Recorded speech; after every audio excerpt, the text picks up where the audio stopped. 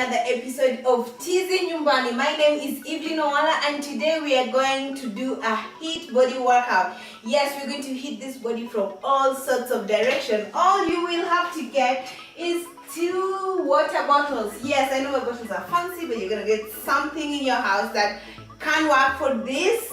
You can get 2 cups, 2 glasses. You can get a plastic bottle. So we're going to do a HIIT and ab workout. As you have seen today, I'm exposing those abs a little bit, but because we are going to train them in this particular workout, I'll give you 2 minutes as usual to get stuff so that we can get started. Right, I'll just have my water bottle on top of my table and I'll put a timer, right? A 30 seconds timer. And so I hope you have enjoyed your training so far during this season. It's given us new energy. I love when I work out. I am just ready for that day and to fight my day. Right. I hope you got your water bottle already. Right? Yeah, wake up, wake up, wake up. We're going to do this together. We're going to start with a warm-up. Right. With a warm-up. Today is HIIT workout. And we're going to do mostly using the water bottles. Our time's up. I was waiting for that timer so that we can be able to start. Let's go. This, our usual warm-up, right? If you have an injury by now, if you have been joining us, you know the drill. And if you don't have an injury, we're just going to do this 20 times 3, right? Times 3. 1, 2, 3, go. 1, 2, 3, 4, 5, 6, 7, 8, 9, 10, 11, 12, 13, 14, 15, 16, 17, 18, 19, 20. And then in between we're still going to do this, right? Okay, 1, 2, 3, go. 1, 2, 3, 4, 5, 6, 7, 8, 9, 10, 11, 12, 13, 14, and right, 15. We're going to have a 30 seconds rest, starting now. So we're going to do a HIIT workout. We're going to work out those abs. Just have a little here and there, touch them for today. We have 30 seconds rest. I hope you brought your water with you, your towel, because today it's gonna be hot in here. We have 5 more seconds to go.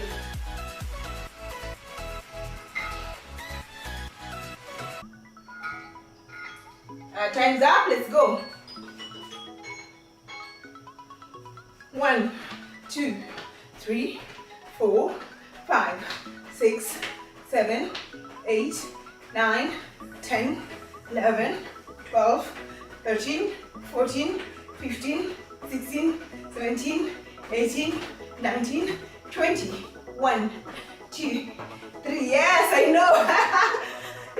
6, 7, 8, 9, 10, 11, 12, 13, 14, and 15. 30 seconds starting now.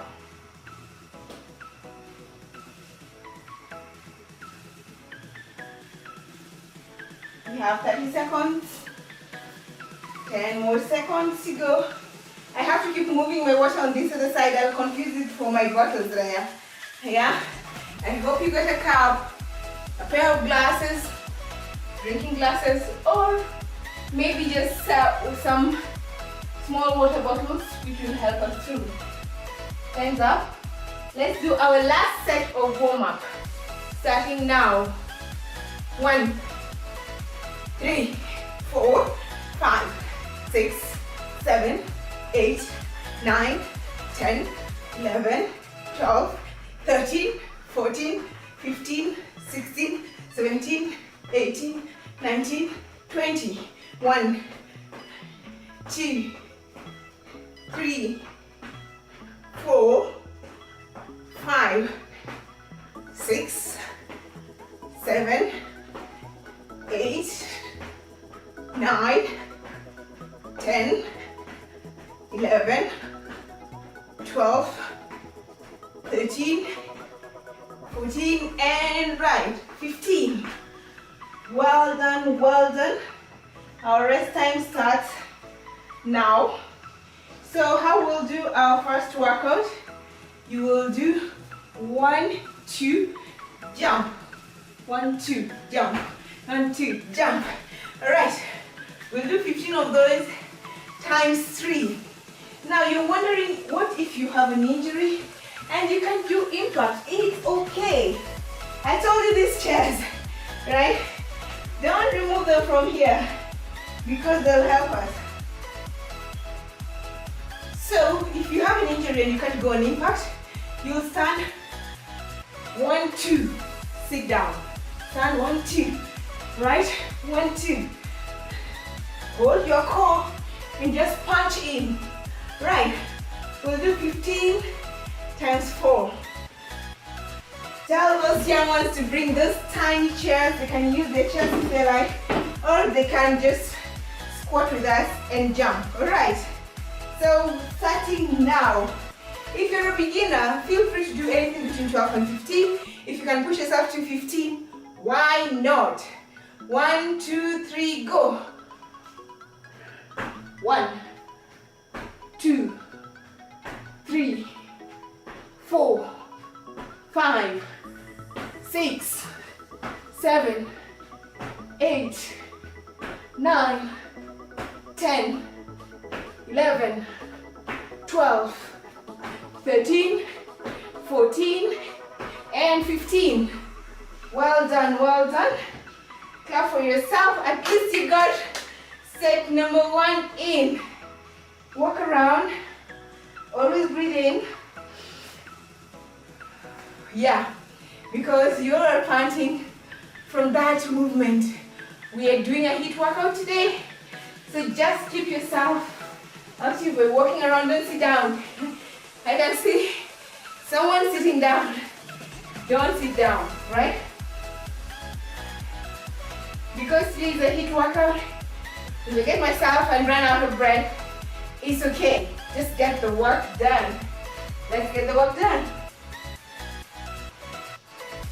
1, 2, 3, start. 1, 2, 3, 4, 5, 6, 7, 8, 9, 10, 11, 12, 13, 14, 15. Perfect. Your rest time starts now. Feel free to take some water with you. Feel free to take some water.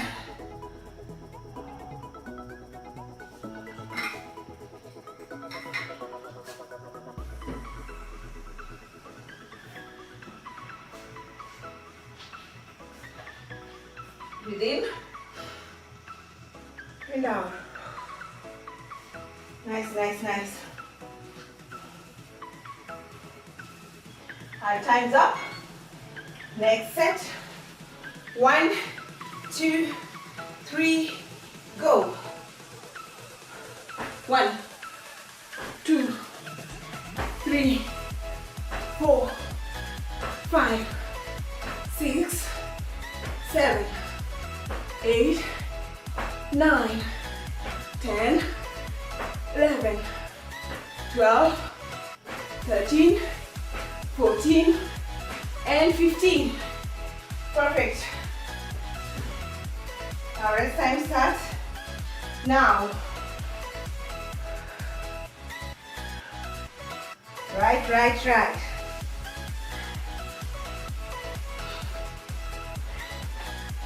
Perfect. Breathe in and release it. In and release it. So our next workout is going to be on the mat. We'll do 2 mountain climbers. 2 mountain climbers, a push-up, touch your ankle, touch your ankle. We'll do 12 of those times 3. Yes, yes, yes. And if you can't do a proper push-up, just do 1, then you get up, touch it, touch it. All right, good. So we are going to do mountain climbers first. 1, 2, 3, 4. Then push up, then touch your ankle, touch your ankle. That's 1. We're going to do 12 of those times 3. Starting now. 1, 2, 3, move. 1, 2, 3, 4. Push up. 1, 1. 1, 2, 3, 4. Push up. 2. 1, 2, 3, 4. Push up. 3. 1, 2, 3, 4. Push up. 4. 1, 2, 3, 4. 5.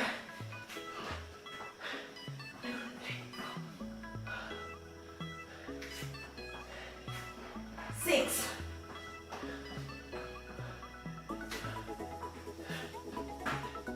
7.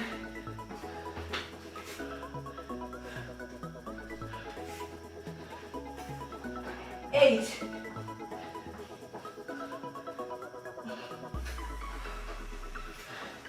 9.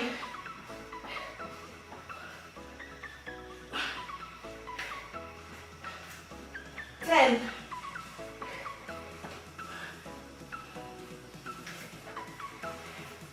11.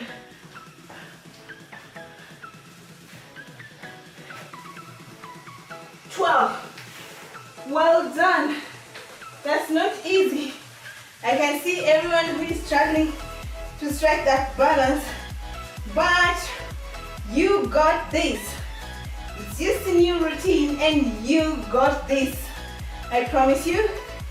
The rest time is 30 seconds starting now. I can feel my arms, my arm, my core, my legs. Oh my goodness, I'm loving, loving, loving this. Sometimes you need just a little different and it hits everything at the same time. This is amazing. I'm loving this. Our time's up. Oh yeah, right. I mean, yes, that was 30 seconds for real. And we are going for set number 2. Set number 2. Let's go down. 4 mountain climbers, 1 push-up, touch your ankle, touch your ankle. If you miss the push-up and touch your ankle first, it's okay. Just do the push-up after. Don't feel like you have to do them in the order in which I'm doing them. So, if you miss one, just do it. Alright, perfect, let's go. 1, 2, 3, go. 1, 3, 4. 1, 2,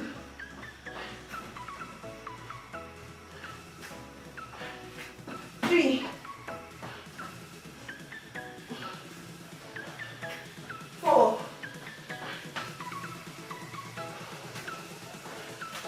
5,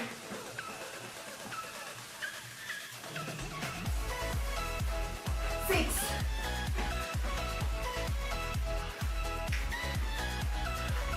7,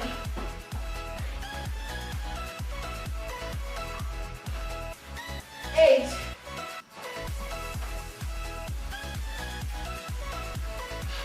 9, don't break.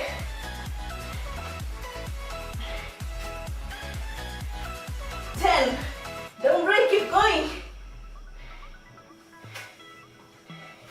11, you got this.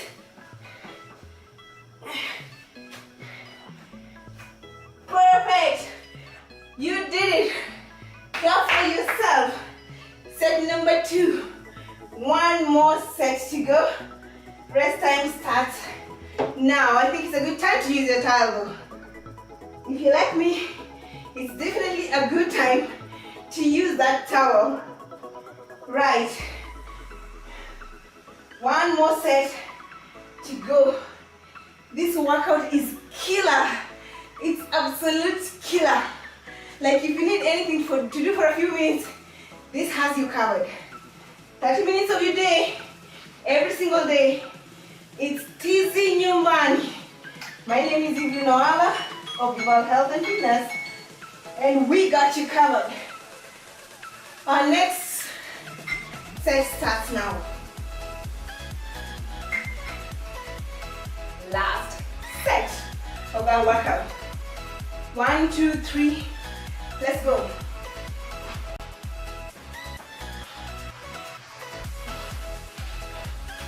1,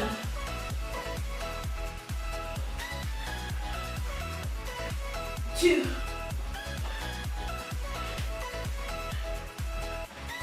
3, 4,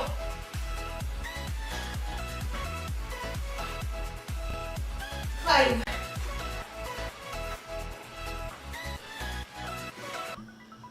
6,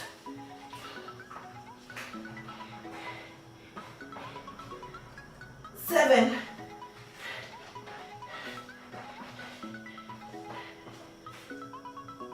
8, 4 more to go. You got this.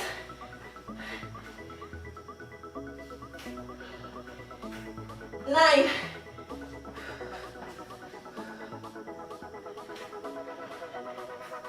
10,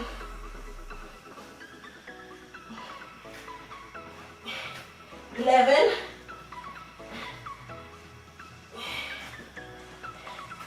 12. You did amazing. Well done. Clap for yourself. If you didn't finish, please try and finish it up. Slowly, we are giving you like a minute. The rest of the laps, we'll increase it by 30 seconds so that you get to finish and we get to start the new workout.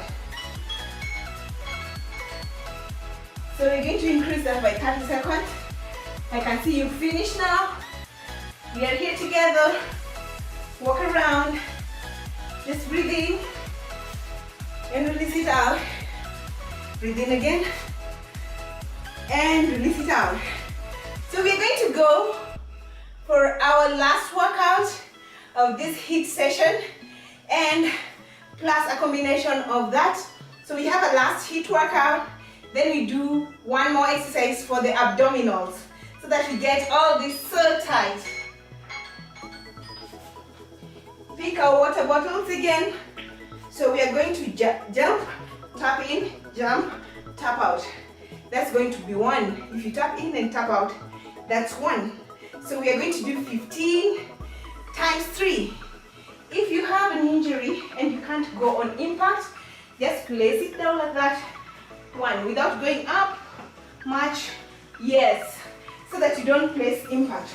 Or maybe you feel like with the weight you're carrying with you, you're not able to jump because the impact will be too much. I think you would do the slow paced one. Alright, perfect. Let's go. Starting now, we're going to do 15. We say jump, tap in, and we jump and tap out. 1, 2, 3, move. 1, 2, 3, 4, 5, 6, 7. Make sure you're going low. 8. I know you're holding a glass, but you have to go low. 11, 12, 13, 14, and 15. Well done, well done. Clap for yourself. Our rest time starts now. Starting now, we're going to rest for 30 seconds. You could catch your breath, wipe down your sweat, and probably sip some water. Because we are on a new normal. We begin this day on new energy. Positive vibes only, right? Yes, yes, yes. We have 2 more seconds to go. Perfect. Perfect. Time's up. We go for set number 2. 1, 2, 3, go. 1, 2, 3, 4, 5, 6, 7, 8, 9, 10, 11, 12, 13, you're doing well. 14, perfect. 15, well done, well done. Clap for yourself. Start the rest timer. You're doing so well today. You look so energetic right now. Yeah, it's because of the workout. It gives us all the nice energy we want. And that's what you need right about now. Breathe in. Perfect. In. Time's up. We are starting our third set. Third set. 1, 2, 3, and move. 1, 2, 3, 4, 5, 6, 7, 8, 9, 10, 11, 12, you're doing well. 13, keep moving.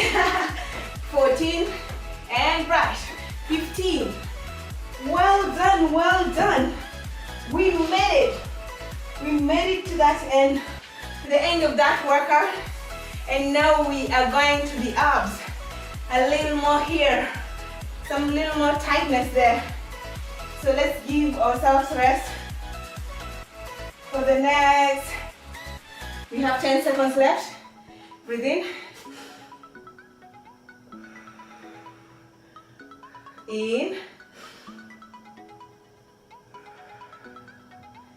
So, time's up. So we'll go to the mat and just slide down. Perfect. There. So we'll start with the crunches, right?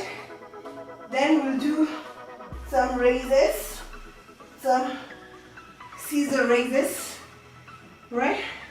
So we're going to do 3 sets of 15, starting now.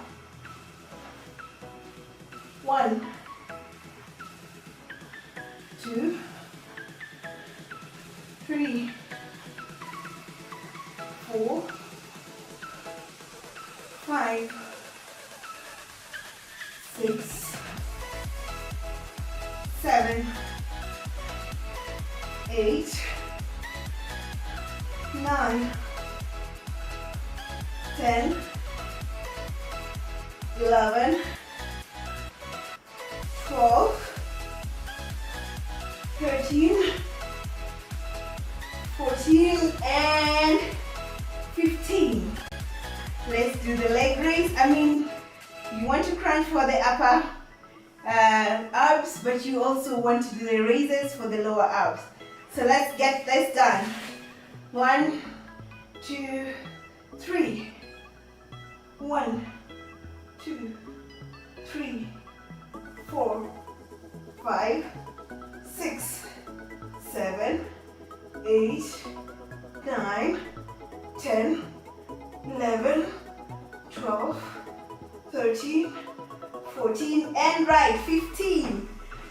Perfect, perfect. Our rest time starts now. 30 seconds rest time. 2 more sets to go. You can even stand and walk around, right? You can stand and walk around just so that you feel the flow. If you have a mirror, you can run and check if the abs have already arrived. Every time you train abs, you know, it has that feeling like you're gaining the abs almost immediately. But the fact is, they will arrive eventually. But it feels like you are actually having them right there and then because of the burn.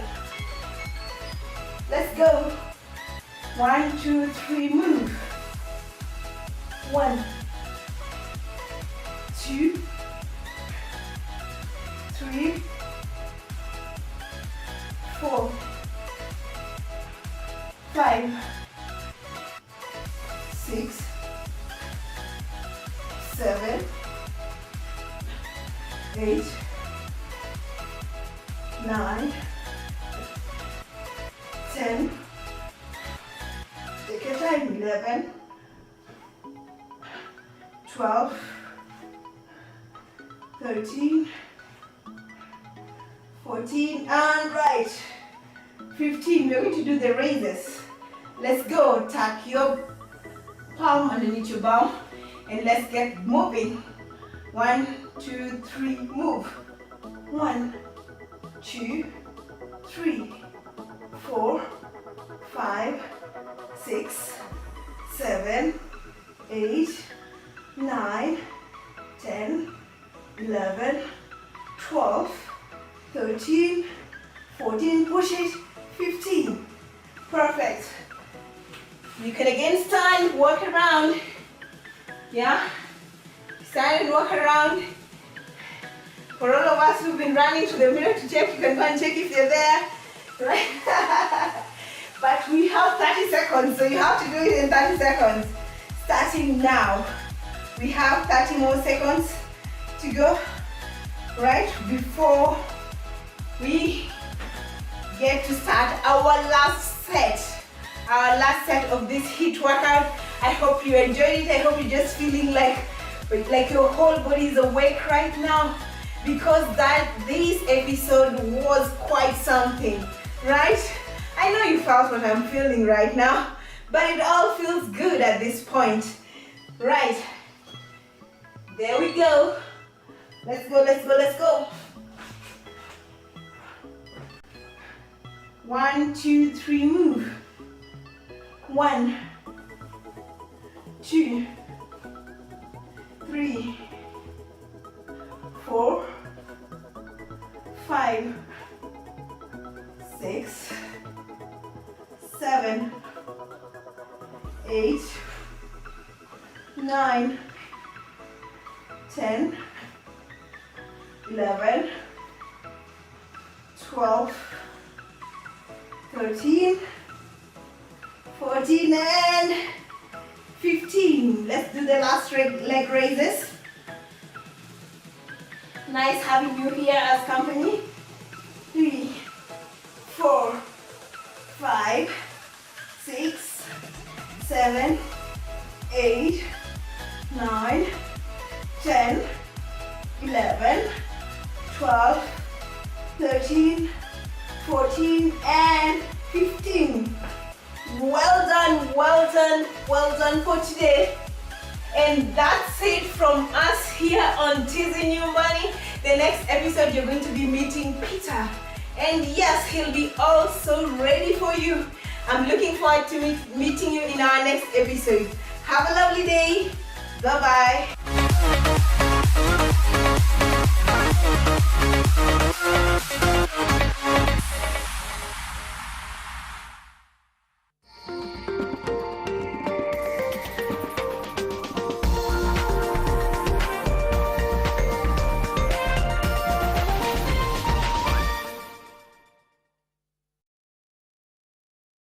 Akili, akili, akili, akili. Let's chase the germs away. Let's chase the germs away by keeping our hands clean.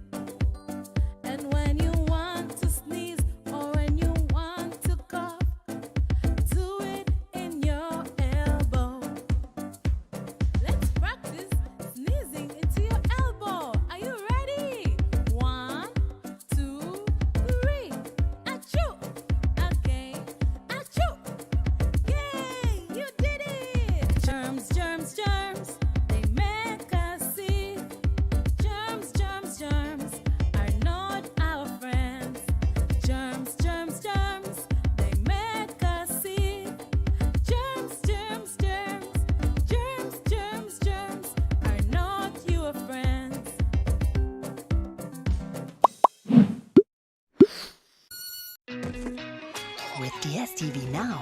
open up a world of possibility where your entertainment is ready for you anytime and anywhere.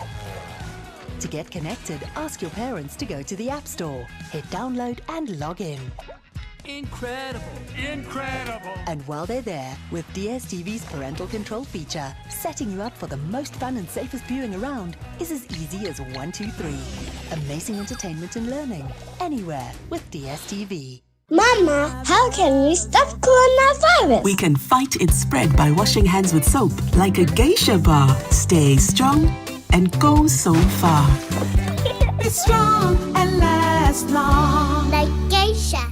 The 3 sides of Anna. The love that I felt for her dazzled me. I gave her my heart, and she crushed it between her fingers to drain away all of my hopes and dreams away, until she fed the remaining love and tenderness I had for life to a very dark and dim life. She and my father became successful in emptying my soul. The 3 sides of Anna. COVID-19 is preventable. Protect yourself, your family, and the community.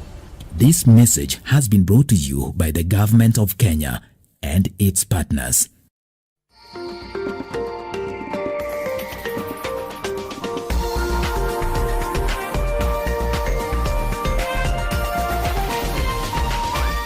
This is NTV.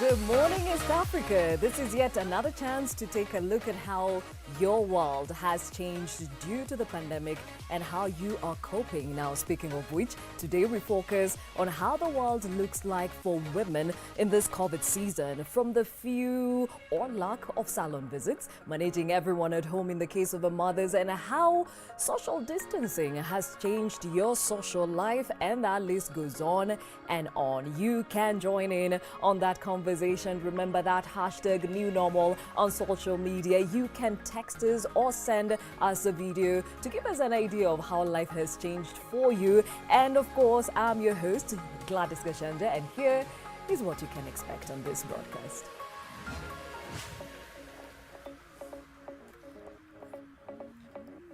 Today we find out what the ladies have been missing or struggling with during this pandemic. A mother and her infant are recovering after being attacked in Afghanistan. Clearly, the vices of life don't stop because of COVID.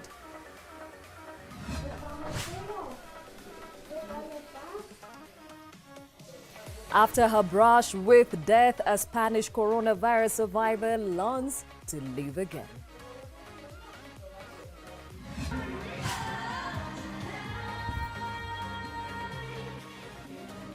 Hundreds of people gathered at a parking lot in South Korea Friday to watch a drive-in concert with local pop acts lighting up the stage and blasting into car stereos.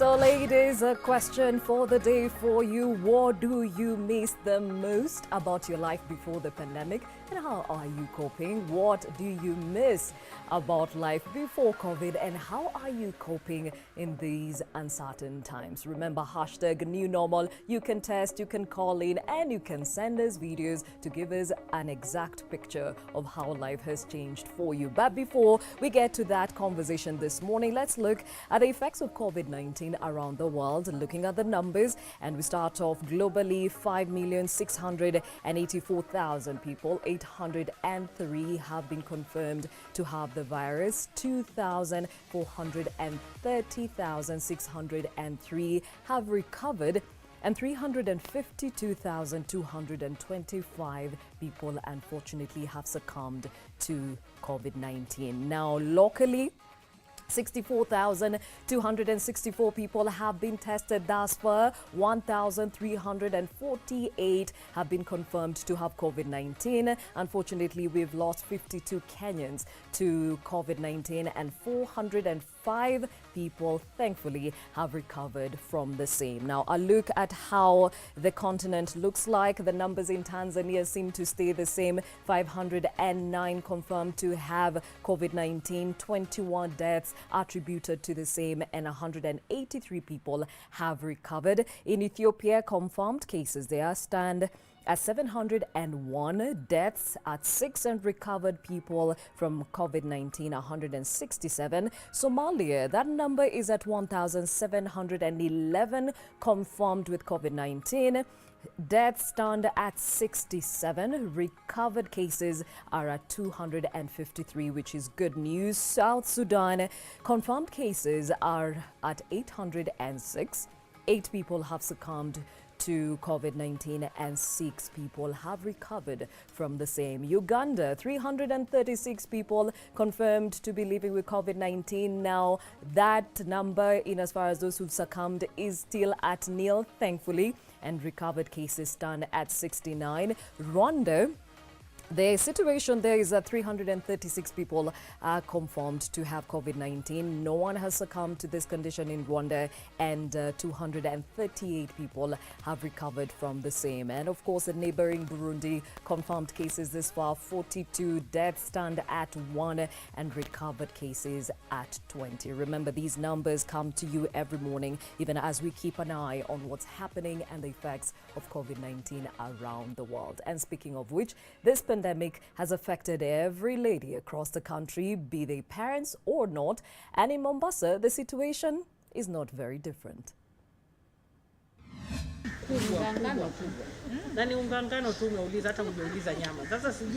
Kwa majina naitwa Shamsa Abubakar. Mimi ni mama na ni kiongozi ndani ya jamii. Kwa huu msimu wa sasa ambao COVID-19 imekithiri, hasa ndani ya mji wa Mombasa, tunapitia changamoto nyingi tu sana.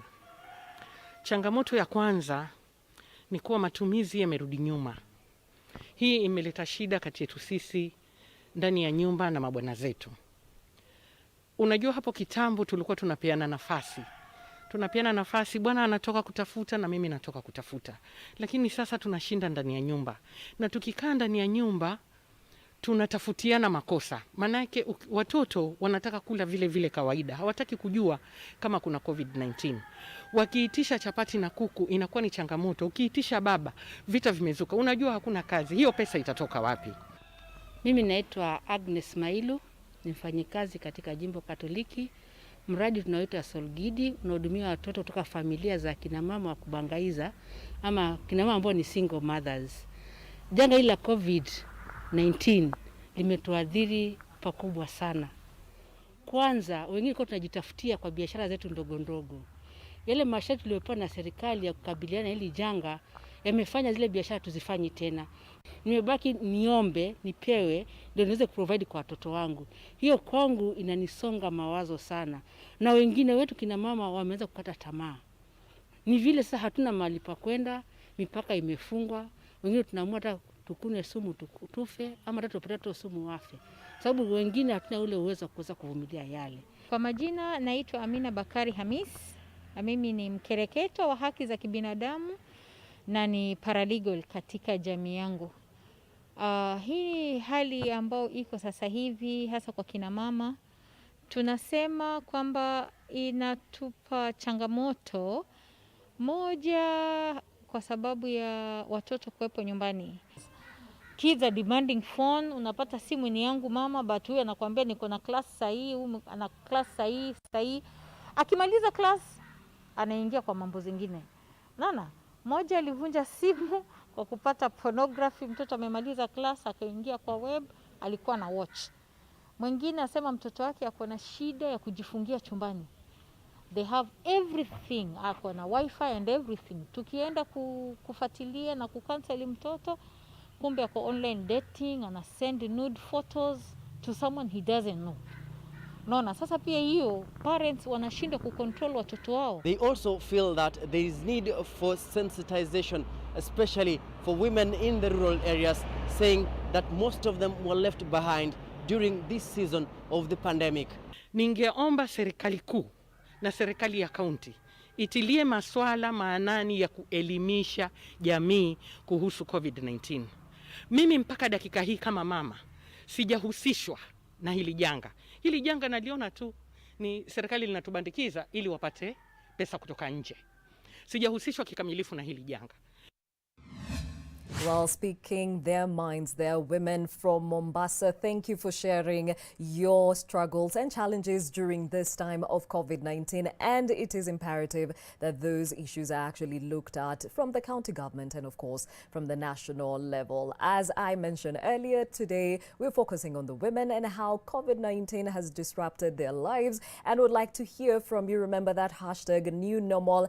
What do you miss the most about your life before COVID, and how are you coping in these uncertain times? Now, to have this conversation this morning, we have Pastor Sophie Mbevi, who is with Transform Nations. She'll tell us more about what they do. We have Lucy Waires joining us virtually. We have Faith Ndirango also joining us, Shaz Nderito, and Hamisa Zaja, who's joining us all the way from Mombasa. Ladies, thank you for joining me this morning. I'll start off with you, Pastor Mbevi. What has changed in your life? How does your life look like now?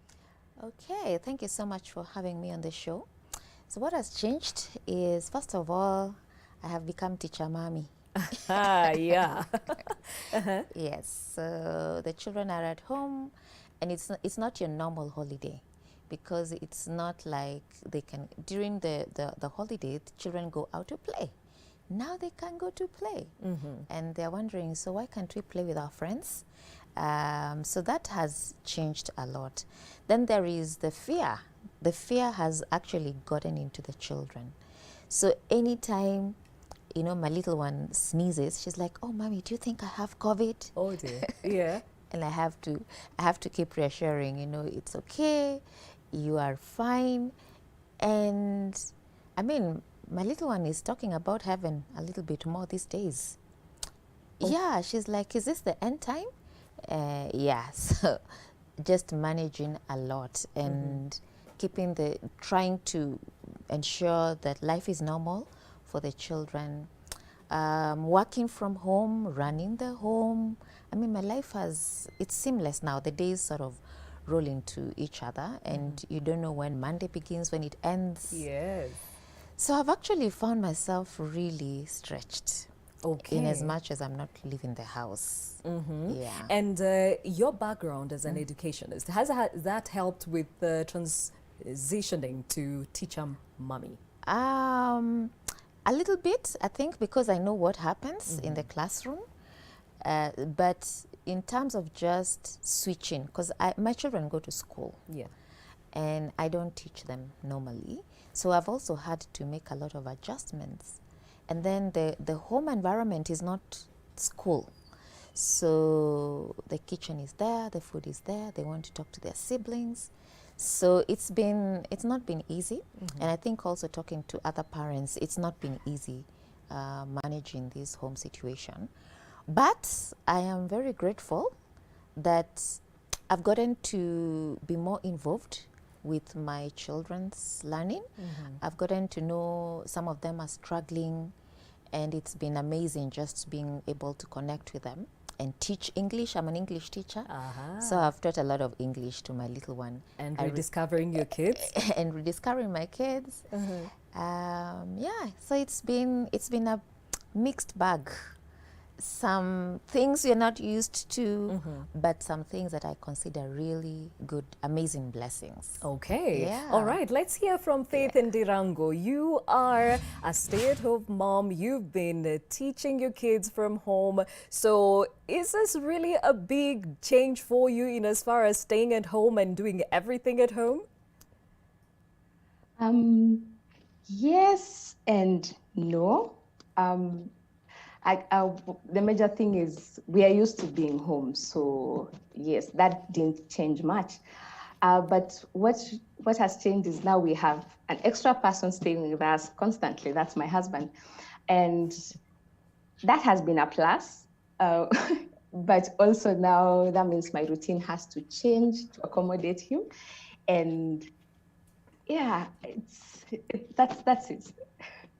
Okay, now you are also joined by Shaz. Shaz, you're laughing when she was talking about the hubby, but hey, you represent that was hilarious.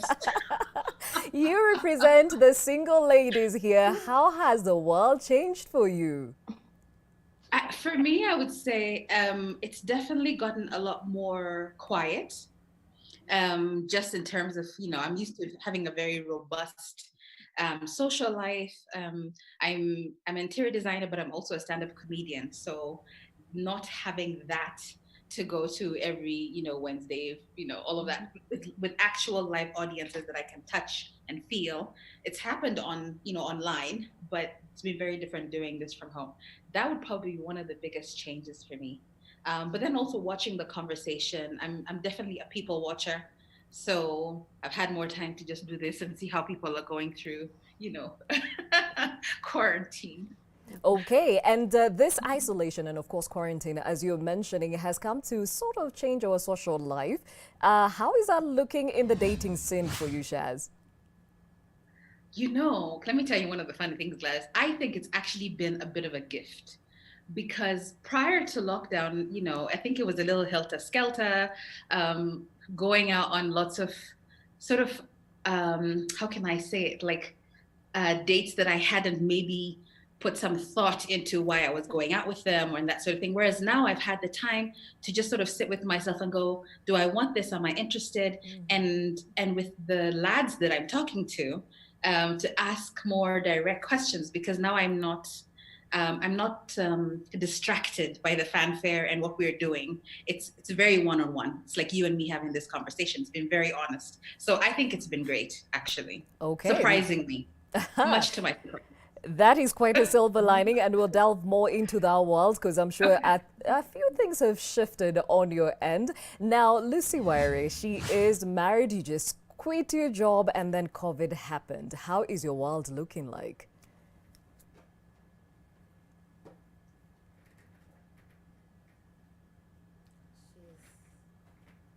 We seem not to be having Lucy Wire's audio, so we shall sort you out and get back to you. But I'd like to go to Hamisa Zaja, who is in Mombasa. Hamisa, maisha yamebadilika vipi? Kama vile umesema kwamba mimi naitwa Hamisa Zaja na mimi ni Secretary General wa United Green Movement, na sisi shughuli zetu sana huwa ni za kijamii, tunashughulikia jamii, na mimi ni mama wa watoto wawili wa kiume, na maisha yamebadilika kwa kiwango kikubwa sana, kwa sababu sisi kina mama tumezoea biashara ndogo ndogo zimefungwa. Uchumi wetu unatokana na mambo madogo madogo ambao sisi wenyewe tunafanya. Tumezoea kufanya vikundi ama tunaviita visanduku. Haviwezekani kwa sababu sasa ni sehemu ambayo kukutana haiwezekani. Kwa hivyo maisha yamebadilika pakubwa sana. Pamebadilika kwamba sisi sote tuko nyumbani na tunaangaliana na hatuna chakula na hatuna maji masafi na hatuna mambo mengi ambayo kawaida ukiwa umefika nyumbani ni lazima uwe nayo. Tumezoea kila siku watoto labda wako shule, watoto wako nje, na sisi tuko nje tunatapatapa, tunatafuta maisha, tunatafuta riziki za kila siku. Lakini imekuwa kwamba ni tofauti sana, kwamba hatupati nafasi ya kwenda kutafuta, na yale ambayo tunafanya kwamba tuweze kupatia ile riziki pia yamekuwa ni mambo ambayo hawezekani.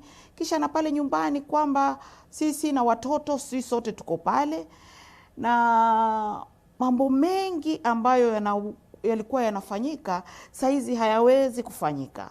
Manake sisi hatuwezi kuiga wazungu tukasema kwamba solutions zetu zinaweza kupatikana kwa Wachina. Hapana, Wachina wana watoto 2 3, sisi tuna watoto zaidi ya 5 ndani ya nyumba, na wewe na baba na mama mkichanganywa nyote pamoja ni watu 9. Watu 9 kushinda kutoka asubuhi mpaka jioni na usiku wake, na mwezi mmoja na mwezi wa pili.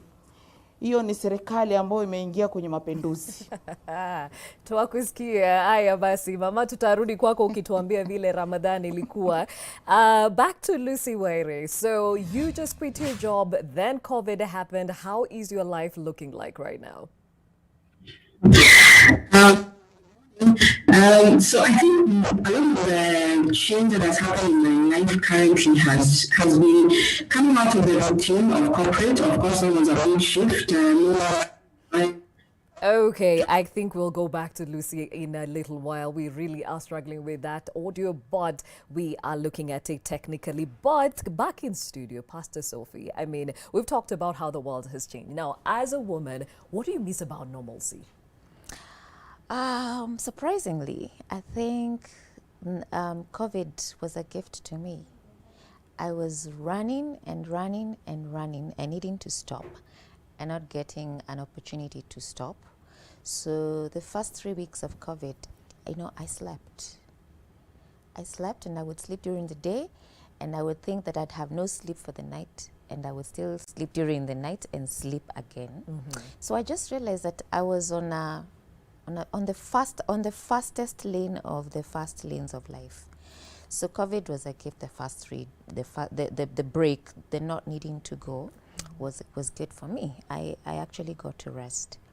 What has changed for me is that I've gotten time to sit back and think and consider certain things about my life, and think about the business that I run, what needs to change, because it's going to change definitely. And what business is this? It's school. I run a school. Yeah. So we are those that parents were fighting for not giving good enough discounts.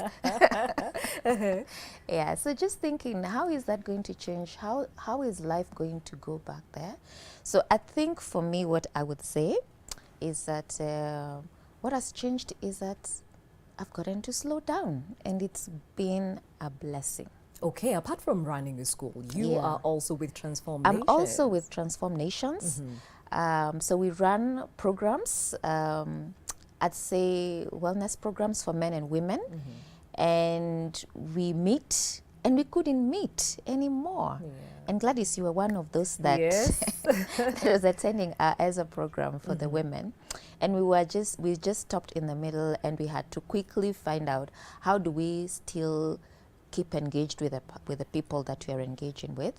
So we did video shoots of the sessions, and now we have taken all our programs online. So we are doing as Man Enough, Intentional Moms, Intentional Dads. We are doing them online on Zoom and on video and on Facebook. And we didn't know, it's a thing we needed to do to keep going. But we've just realized that our reach has actually widened. And there's so many women and men who've called and said, I've always wanted to come into your programs, but the timings are not working for me. So this is a perfect opportunity. So maybe now that we're talking about women, you can talk a little bit about EZA. What's the objective? So EZA is a program designed for adult women And what we do at EZA, we want to just understand what femininity, what is femininity, because everyone tells us, I mean, we are told to think like a woman, no, act like a lady, but think, Yes, but like a think man. like a man. Yeah. I'm like, how do even men think? Yeah, it has to do with the hormone T. I don't have it, I think, I guess. So I think we just get together as women, talk about our journeys, talk about ways in which we have been, life has affected us positively and negatively. And we also talk about what is our purpose as women? How do we lean into what we were made for? So we say that at EZA, we unleash the woman, we reveal the woman that is within, and we gain our voice and we gather courage to just walk our journey. I don't know how it has been for you. Well, it was a great experience. Yes. And I'll talk to you on the side about that. Yes. Now, speaking about finding the potential in us and our purpose, Faith Ndirango, how has this season made you rethink about life and the woman you are? Well, I think on the onset it was panic, you know, because you really don't know how this is going to play out.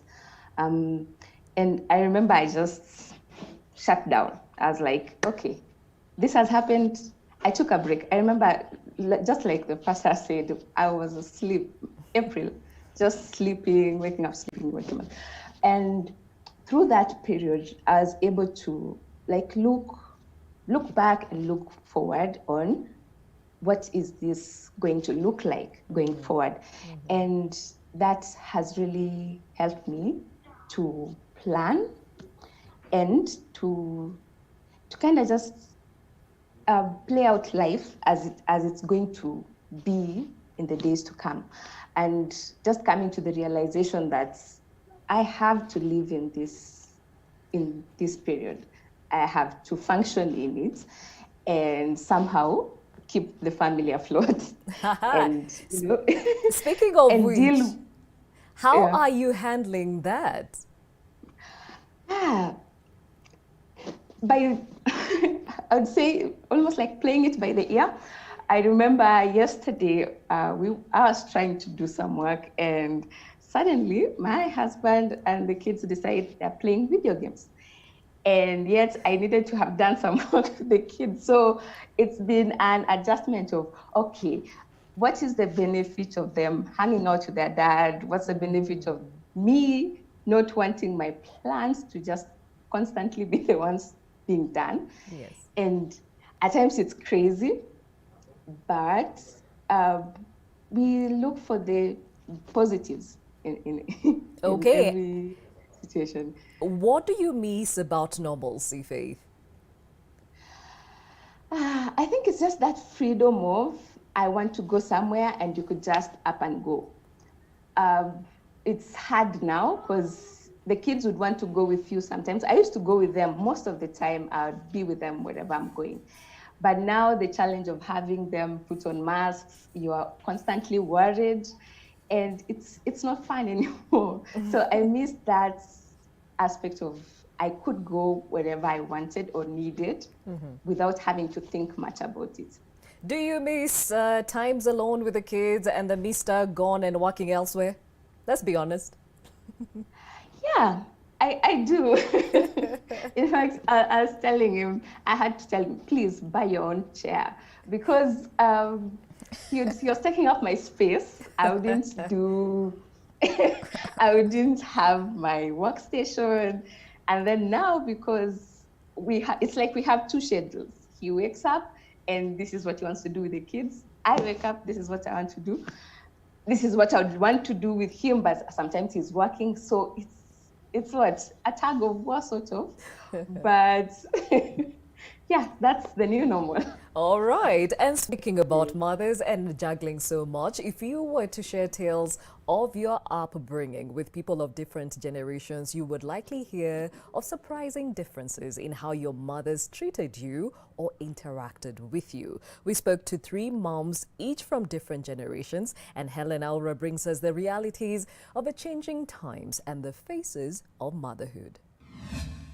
Beatrice Wasike sits pretty on this Mother's Day, reminiscing of the days of yore. She has already raised 10 children and is a proud grandmother of 40 children. Some offer her great company in her sunset days. Though her motherhood journey was tough, she remembers the experience with great fondness. Tulikuwa wamama wazuri kabisa. Tulikuwa na heshima. Tulikuwa tunajua majukumu ya nyumba zetu. Tunajua kulinda wazee wetu. Tunajua kulinda watoto wetu. Lakini sai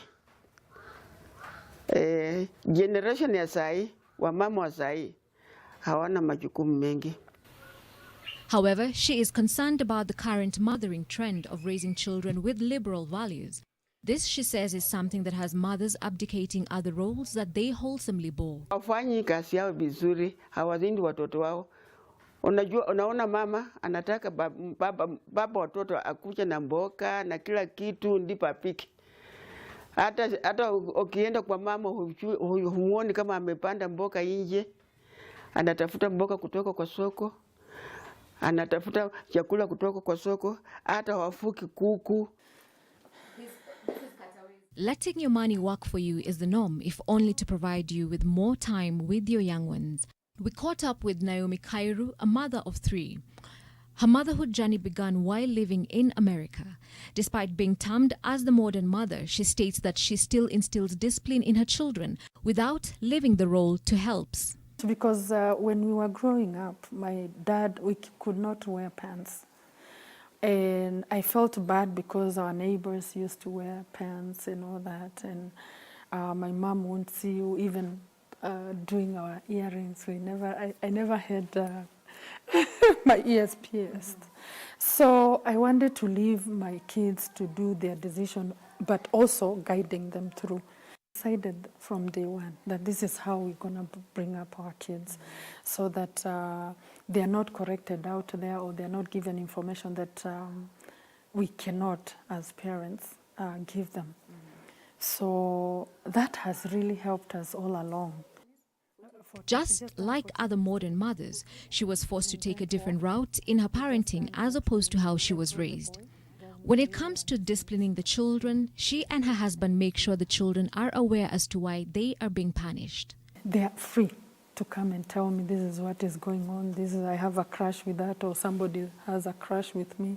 They are able to come to me, and I'm able to advise them on what to do and the values that we carry. Every parent has their preferred method of raising their children, and as a parent, it is one's responsibility to ensure they are up to speed with the welfare of their children and their household at large. We caught up with 23-year-old Sheila Mweni, a single mother whose journey began when she got pregnant while in campus. Kwa mdogo, I wanted to be that stable mom mwenye figure out everything before apate kids, but life happened. Due to lack of employment, she has been forced to be dependent on her mother. She's strong, yet gentle, bold, yet kind. She's a visionary. She nurtures and builds. She disciplines out of love. She is a mother. Happy Mother's Day to you. Helen Aura, NTV.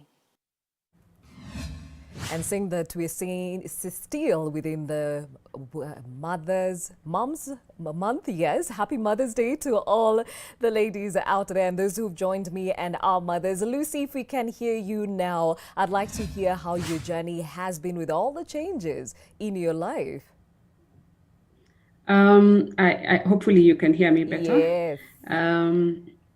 So the change has obviously my first change was coming out of corporate. Getting used to 9 to 5, for which I did for many years, and then moving to being home for, what I want to call a sabbatical, was also a very good change. So just like Pastor Sophie, I had my moments of sleeping during the day and sleeping during the night in that season. It gave me a lot of time to rest, and then get to interact with my children a lot more. And then COVID happened. That also skewed the dynamic a little, because whereas I was able to go out, catch up with friends, visit all the places and catch up with all the things I had quote unquote missed by being in the office, now I suddenly couldn't do those things. So I felt like my life, which was very exciting with a break, had just now been shut off to, I can only be at home and everybody else is at home anyway. So that also brought another dynamic, because everyone now is inside the house. My children, my husband, no going out. That was a different change for us as well. How long were you in corporate for? About 12, 13 years. Wow, so 13 years. So 13 years, you're back at home, stay-at-home mom. How does that look like? How are you handling that? Interestingly, I actually thought I would lose it, because I was built to just work and, do things. And corporate has a way of bringing in an adrenaline, but you also don't realize how much it pushes you against the wall, that you kind of live your life glazing through one email and one deadline to another, and you kind of don't get to live your life the best way, or at least the best way you would like to. So I've really enjoyed the break, probably more than I should have. I was leaving to look for another job, but after 3 months, I was like, you know what? I probably need to take this time off and just enjoy and take a breather, find out who I am, what am I interested in, and it's been an amazing time. I will be honest. All right. Yeah. And what do you miss about normalcy? You said you miss hanging out with your friends, but just taking care of yourself. What are those things that you wish you could do without thinking?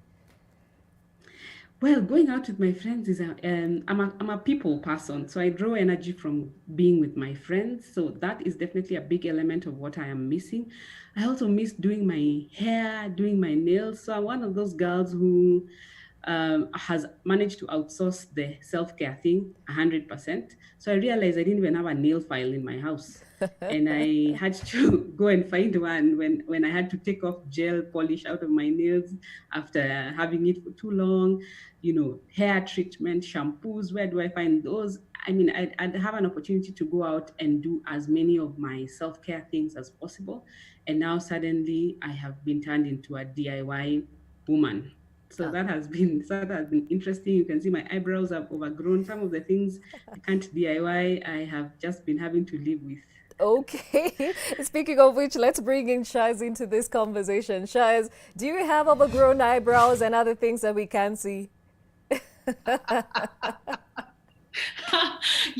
It's so funny. My sister and I were laughing about this, because I feel like, because we can't go to the salon and to get, our toes and everything done, we have become the queens of all natural everything. You said I'm glowing? Listen, this face has been face masked. I have used rice water. Who knew rice water that has been sitting in a sufuria for like a while is good for your face? It is. So listen, this is not by mistake. This is very, very deliberate. It's been a good thing. Okay. And have you taken the risk to go out there and get your grooming on, meet friends, or have you been staying at home? I have to say, I've been quite, and I'm a very naughty person in general, I will always push the boundaries, but I've actually been quite good at just staying at home. I thought I would go. I was like Lucy. I thought for a while. There was a moment I thought, this might, drive me up the wall. But actually, it's been a gift, and I've become really good at this Zoom, WhatsApp, video calling, all of that. It's been fantastic. So no, not yet. Okay. I've been good. All also, right. the government might be listening in on this conversation. I don't want them to come and take me away. What are you asking me, Gladys? You are a wise woman, I see. So, Hamisa Zaja, ukiwa Mombasa, Ramadhani imeisha, Eid tulisherehekea Monday. Ilikuwaje mwaka huu? Mwaka huu nitasema kwamba ilikuwa Ramadhani ya kipekee. Ramadhani ambayo tangu nizaliwe sijawahi kuona Ramadhani kama hii. Imekuwa ni Ramadhani ambayo hakukuwa na ile culture we have a certain culture that usually comes during Ramadhan. Kuna ile kufuturu pamoja, kuna ile kina mama kupeleka biashara zao kando kando ya misikiti, kuna ile kuchorwa piko. Nimesikia wenzangu wanazungumza kuhusu mambo ya kujipamba kama kina mama. Na sisi huwa tuna ile tamaduni ya kwamba lazima uchorwe, lazima utiwe hina, lazima uende ufanywe scrubbing, labda hata ufanywe body scrub. Yale mambo yote ya wakati huu yamekuwa hayawezekani, kwa sababu unaambiwa kwamba kula pamoja kunaweza kuleta maambukizi, kukaa pamoja kunaweza kuleta maambukizi. Kwa hivyo imekuwa Ramadhani nitasema ya uchoyo sana, kwamba hata majirani huwezi kualika, hata familia haiwezi kuja nyumbani, hamwezi kubadilisha mikono. Imekuwa Ramadhani mbaya mbaya mbaya, hata sijawahi kuona, kwa sababu Ramadhani tunahimizwa sana kutoa, tunahimizwa sana kuwa pamoja, tunahimiza sana kuleta unity. Ni mwezi ambao unachangia kuleta watu kwa pamoja na kuwa na mambo mamoja, na pia unachangia ni mwezi ambao unachangia kwamba ni lazima tujumuike, tuzungumze maneno ya mwaka mzima.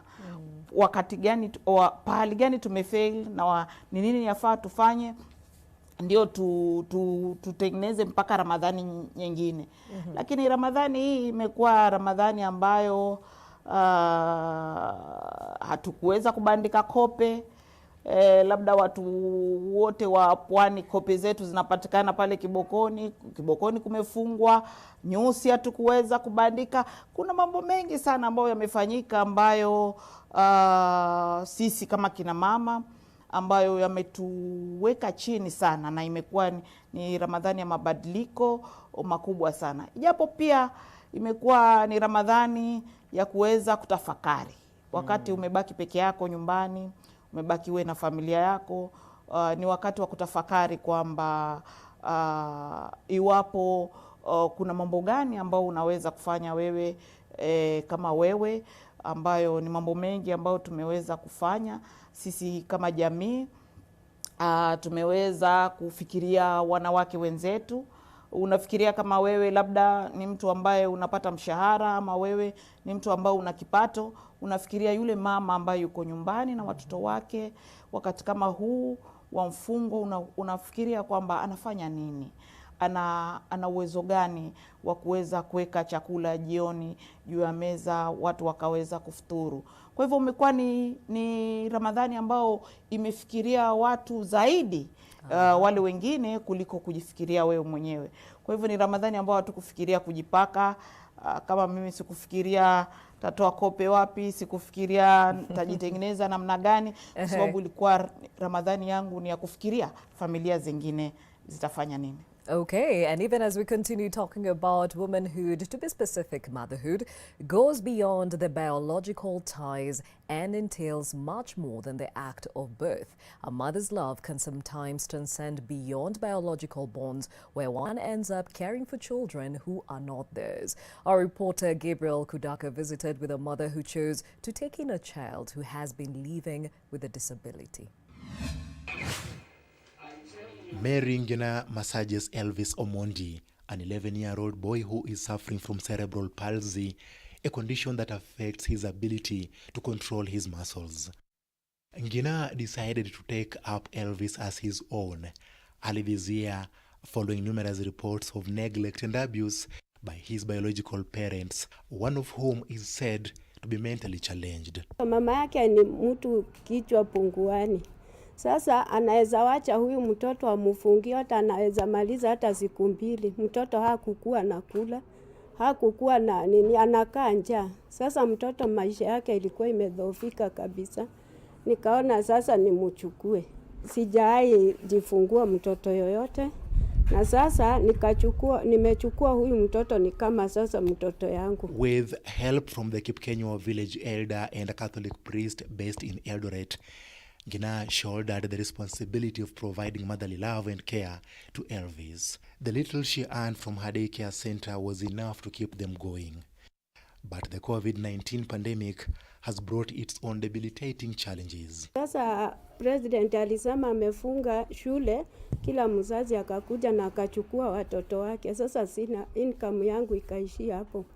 Sasa hata saa hii nyumba sina pesa ya kulipa, na renti saa hii hata landlord alikuwa amesema anaweza nifungia nyumba. Sasa singeweza nini, juu niko na deni kubwa yake. Saa hii nadaiwa 36,000.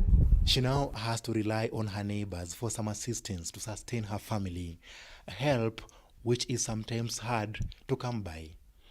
Ngina says raising a child living with a disability is not an easy task, but the desire to offer him love and shelter keeps her determined. Ni mimi huwa namulisha chakula, na akipupu ni lazima niende nimtoe, nimubadilishe, afanye nini, kila kitu ni mimi. As the world marks International Mother's Day, Mary Ngina, who does not have a child of her own, has proved that motherhood is more about responsibility and act of kindness. And Ngina's desire to help the needy despite not having plenty rooted family in her own background. Niliwachwa na wazazi wangu nikiwa na miezi 3. Sasa wengine wakajitolea kunilea mpaka saa hivi vile niko. Kuko wengine wanalea watoto wasio wake. Jivunie, ni kwa ajili Mungu atakubariki. Gabriel Kudaka, NTV. A selfless Ngina there, and so far she's gotten a lot of help, but she needs more help to actually sustain taking care of that child and of course her own children, even as she goes through these uncertain times. Now, just watching that story, Pastor Sophie, it makes you realize as a woman some of the things you take for granted, right? What are some of those that you've had introspection on? I think one of the things that I realize I take for granted is the help that comes to me as a woman. I'm a working woman, and unfortunately I'm not able to both keep my house in order and keep the other things. But my house assistant comes and goes. So this when COVID happens, we kept the routine for about a week after the lockdown. Then I realized, number one, I'm putting her on risk because she has to commute to come home to work. So I had to tell her, just sit. But I also knew that she's a sole breadwinner, and I couldn't cut off her salary. So I had to do the work, take up the sort of keep my business going. Take care of the home, so I took on more responsibilities. So I just realized, okay, we take those people for granted, and they really, our lives moves on. We are able to accomplish much, but we don't. I realized I really didn't appreciate what that woman does in my house to help me do whatever I achieve. So I'm more appreciative of my domestic helper. And I'm sure many women can attest to that. Faith, did you have a house help before? Do you still have her? Do you appreciate her?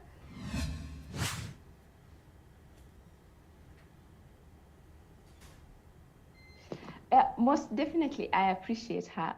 And I remember when all this came down, I gave her a break. But, she came back and told me, Faith, much as I am the sole breadwinner and everything, also this job keeps me sane. So I had to go back, sit and think, okay, now I can't just tell her to go sit in the house because that will somehow affect her normal, because she was just like, don't tell me to stay in the house. So we had to weigh in the risks and everything else. And so she still comes. So we had to, I am dealing with an adult. So I just told her, this is the season we are in. We all have to be careful. And Yes, so she has been coming, and it's one of those things that it's how do I say it? It opens you up to other people's what other people are going through.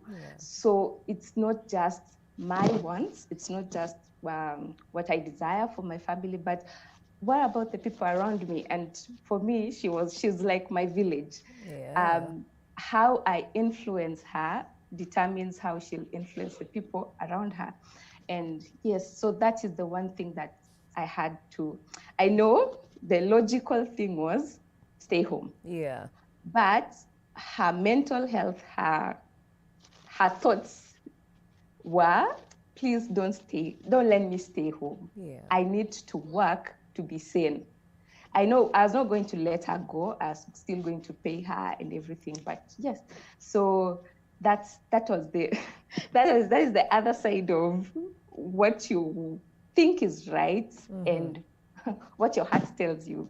Okay, very well said. Shaiz, as a single lady, of course, things about help maybe you don't really need, but what do you take for granted now that you've had time to do some introspection? What have I taken for granted? I think I realize, especially now when I listen into a lot of moms, and I have I have siblings who have children and partners, and I realize one of the things I take for granted is that I still, even in this time of Corona, have some sense of control about how I spend my day, and who's in my personal space and all of that. And I realize it's not the case for everyone, and just it's one of those things that I go, oh, okay, that's a plus. It's maybe being single isn't a bad thing altogether. But also just that I've had to learn a different way of developing the community around me, because we all have moments when we think about, oh, what if something happened to me and I'm alone in the house? Who do I call? Who do I talk to? Do my neighbors know me? That sort of thing. So that's definitely something that I realized I took that for granted, that in one sense, yes, I'm alone and I have my space to myself.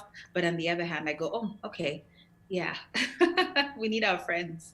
We need our family around us for sure.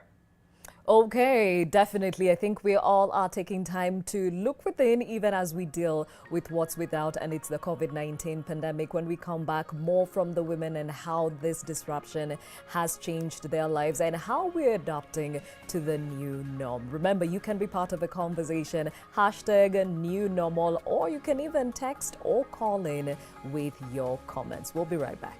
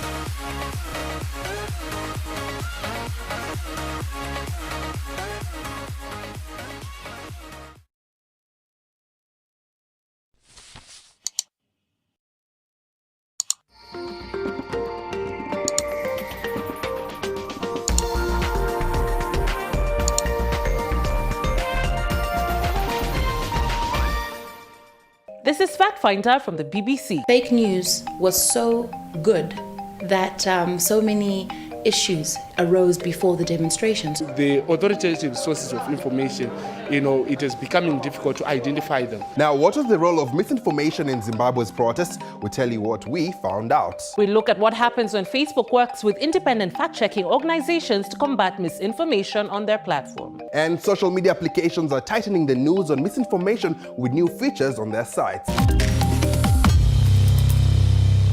This is the time to make sure every table in Kenya has food on it. Dial star 126 hash to transfer your bonga points now so they can buy food and necessities at any outlet with a Lipa na M-Pesa till.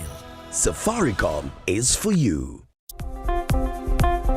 KMPDU and Nation Media Group have had a partnership over the years since the inception of the union. This partnership has been on health advocacy. During the times of COVID-19, Nation Media Group has extended this partnership and support through provision of free access to the digital e-paper to all frontline healthcare workers. We look forward to cementing this partnership for the long term. Currently, we are partnering to address the issues of COVID-19, and in the future, we look into more partnerships in terms of even creating a scientific platform where the doctors and our members are advising the public on health issues. Nation Leadership Forum, engaging society, impacting the nation. Hey, as a professor, out of analytical observation, I have realized that there are 3 types of coughing. Kukohoa. Kuna wale wa huo ni mtu ako na pesa. Account is loaded. Kuna hawa wa To get this Skiza tune, dial star 811 star 848 hash for Professor.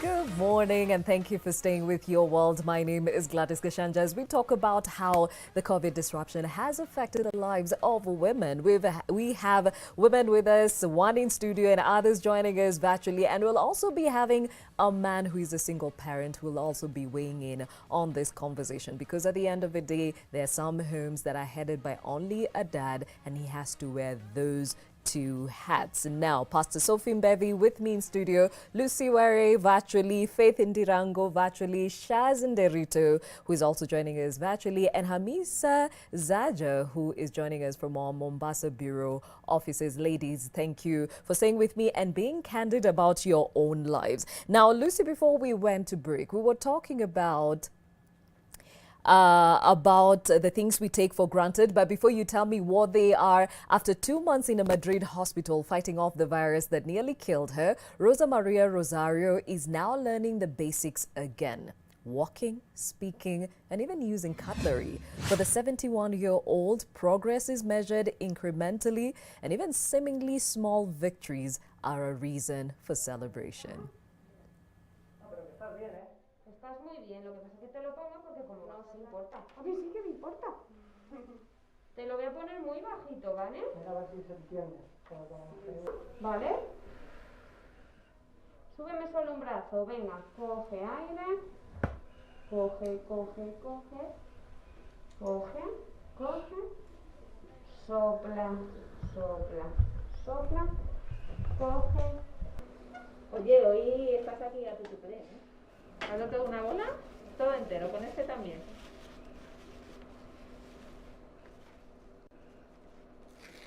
Vale, hazlo una bola ahora.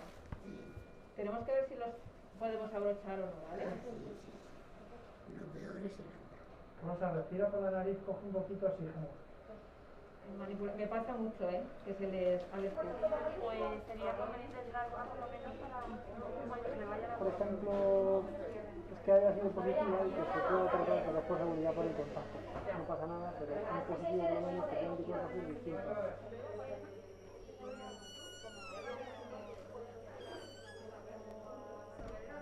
Aunque no me veas mucho, ciérrame fuerte así, fuerte.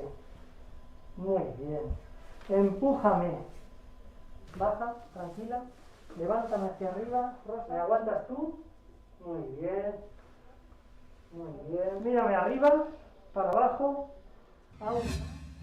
Now, Faith, let me cross over to you. We've talked about the introspection that we're taking at this time of COVID-19, having with dealing with quarantine, isolation. What are some of the things that you have found that were excesses in your life before COVID?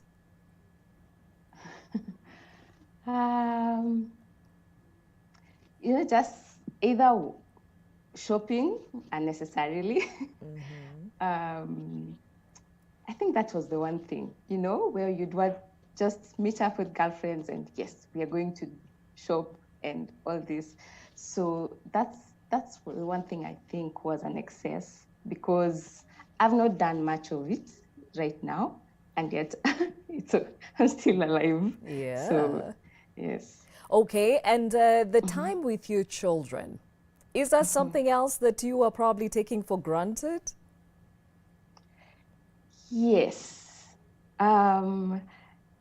Much as we spend almost the entire day with them, we were always rushed because we had activities, they had their own activities. So it was always a get to this one, move to the next, get to that, move to the next. But now we are home, and yeah, it's conversations. It's just coming down to learning the children again and taking time to listen to them, and especially of how this thing is affecting them. Because yes, sometimes they panic. They see someone come into the compound and they're like, oh, he's coming with coronavirus. So you have to have these conversations where you're telling them that, yes, this thing is here, but you don't stigmatize everyone. You don't go shouting that everyone has coronavirus. And so that's what is happening now. So there's more time to even be together as a family. My husband would travel a lot for work, and now that he's here, we are more or less discovering each other. You're getting to see, oh yeah, so this is how you parent, and this is how I do it, because it was mostly me. He's out of the house, but now where we have to tag team, and it's one of those seasons where it looks bad, but it has positive outcomes. That's a good outlook on the same. Now, Shaz, before I introduce the man in this conversation, are there things that you're now looking back and thinking, I really don't need this stuff? Oh my goodness, yes, girl. I think some of the things that surprised me is eating out. I find, of course, now that we're home, we're all sort of eating meals that we cooked for ourselves. So that's definitely something that I found, that also because I was in that sort of, that rat race thing. And now that I'm not, I'm able to just make good food and wholesome food that I enjoy making. And I realize, I don't need to spend so much money on eating out. I can count, maybe I've had one meal or two like out, and that's just maybe because I was really craving, chicken with a lot of flour on it, those good those things. But generally speaking, eating out was definitely one of those things. But also, I find that now I'm not watching as much stuff on TV. I shouldn't say this because it's NTV, but I'm entertaining myself a lot more. I really am. I can tell you the number of hours I've spent just, doing that mindless thing where you come home after a long day, you're eating out and you're watching hours and hours of TV. I find I'm definitely more deliberate about it now. And so that was excessive. Now I'm watching things that actually feed my soul, that are great for my own personal development, that are great for my stand-up comedy. So I think those are the two excesses, that and traveling, on the road all the time. Those are some of my excesses that now I'm like, I didn't need to do that, I could have had a Zoom meeting, that sort of thing. There we go. Now let's introduce Ted Josiah. He is a single dad, and I'm bringing you into this conversation because you represent the home where the guy has to wear both hats. How has your life changed since COVID? Well, to be very frank with you, a lot of people, I hear people saying about how their lives have changed. Oh, wow. I seem not to be hearing Ted. We shall. So, can we hear you? Yay. Yes. So it's nothing new for me, because it's the way I've been operating. It's the way I've been working. Since Jay was born, she's always found me at home. She still finds me at home. I work from home. Our leather studio is at home. Our recording studio is at home. So touch wood, she's not woken up yet, but she's about to wake up. You might just see her passing by. It hasn't really changed for me. The only thing that I can say is that there's been a slowdown in operations because obviously not all our staff can come to work from 8 to 5 as they did. We've changed times to 10 to 3 because we're also cognizant of the fact that they're parents, they're single parents, and they have to be at home for their kids as well. Okay, and I believe Jay is around 3 years, right? We are just about to turn 3 next month. It has been a long journey, but a beautiful one. Okay, and now she's starting to be cognizant of the fact that she wants company. How do you keep her entertained, so to speak? Jay is a people person, so she's always just wanting to hang around people, wanting to have conversations with people. She has a very, very big personality and opinion about everything. So what I do is I spend a lot of time with her. Thankfully, working from home means that she can find me in whatever room I'm in and just hang out with me and tinker and figure out what I am doing. And we have conversations like that. But also, one of the things that I did intentionally from when she was born is I made sure that my nanny was a day bug. So she comes in at 8 and by 4 p.m. she's out. It's just me and Jay after that. So we've had to, from day one, just bond with each other and become friends. And at some point, had you let go of the nanny or you stayed on with her? No, I've stayed on with the nanny. She lives very close by, so we are still with her. I wouldn't be able to work if she's not around. Okay, so you clearly can tell the difference and the importance of having that female presence in the home, right? I actually had to teach the nanny what she knows. So I wouldn't say I clearly understand the female presence in the home.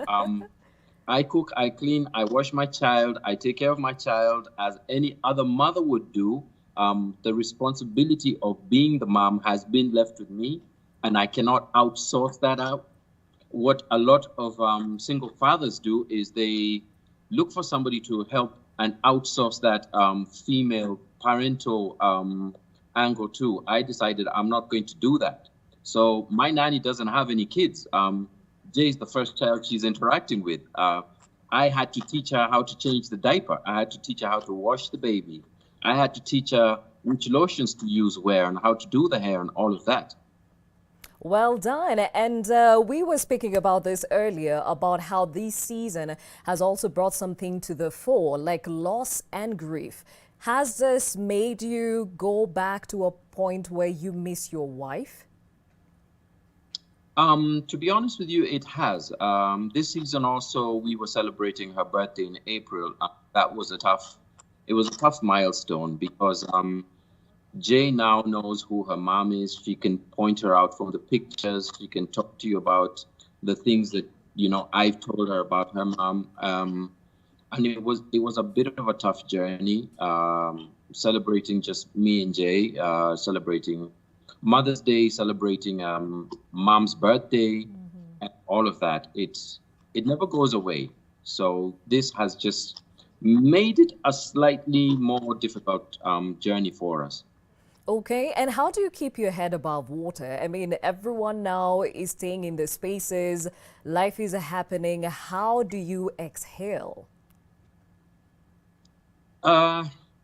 When you're a parent, there's no exhaling, is there? You can't really exhale.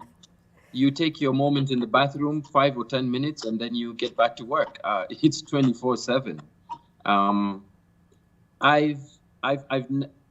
We had planned for Jay, so I was ready for this particular phase of my life, and very, very ready for it. A lot of people say, I wish I could go down to the pub. I wish I could go and have a drink. I wish I could go and watch football. I don't watch football. I don't go to pubs. I never have. So it's, for me, enjoying music with Jay, dancing with Jay, those are ways of exhaling. I don't need to get away from my child to exhale. She's a part of me and she'll always be a part of me. So, that's just it for me.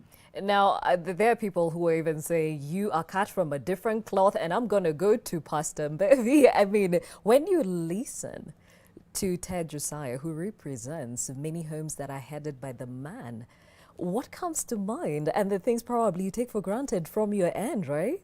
First of all, I just want to commend Ted and say he's done an amazing job. And listening to him, I'm just like, wow, that little J is so blessed to have a dad like him. Not everyone would do what he has done. So thumbs up to you. Yeah. Okay. And Faith, listening to Ted, are you challenged? Yeah, it is commendable what he's doing. And I think many times when we think of having a child, we think of mothers. We don't think of fathers having to take up the mantle. So that's really commendable. Yeah, Shaz, I'm sure you know single friends, single mothers that are also going through this season. Yes.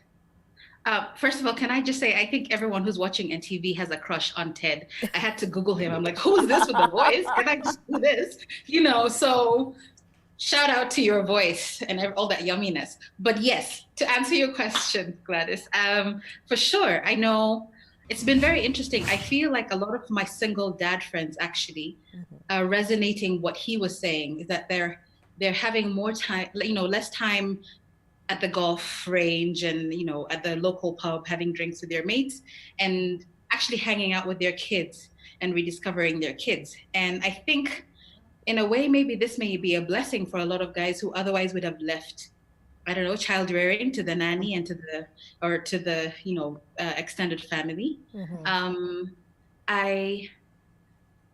For the ladies, I'm not sure. I feel like it's one of those, I do think there's a side of it that maybe heightens the fact that they are doing this journey solo, being in this quarantine time. And I'm not saying that it's not the same for gentlemen. I just feel, you know, you hear it a little bit more in conversation now, for sure.